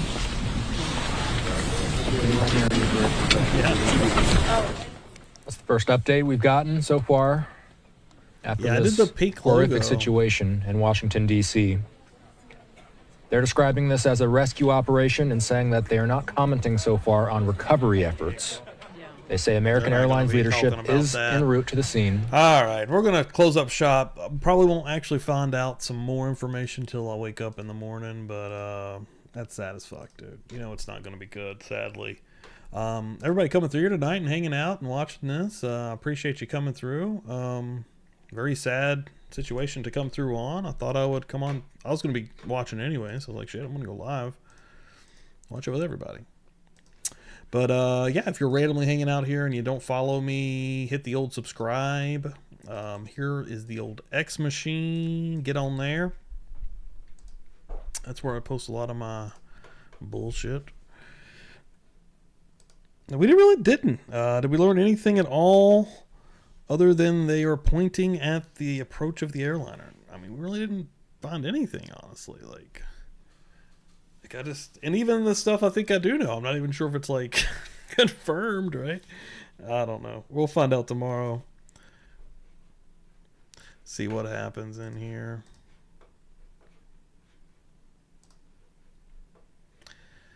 I don't know, man. It's craziness. It's crazy. We live in a crazy world. That's all I know. But, all right, yeah. Thank you all very much. I will see you probably tomorrow night. Should be tomorrow night, 9 p.m. Eastern Time. I do have an event happening tomorrow. I'm not even going to talk about it yet, but I'm scared. And we'll see how it goes. But, all right, everybody. Thank you all very much. I will see you tomorrow night. Hopefully Dan will come through. Have a great night. Hug, kiss, love each other, dude. You never know when it could be the end. The world's insane. Take it easy. Love you. Nothing to see here, please.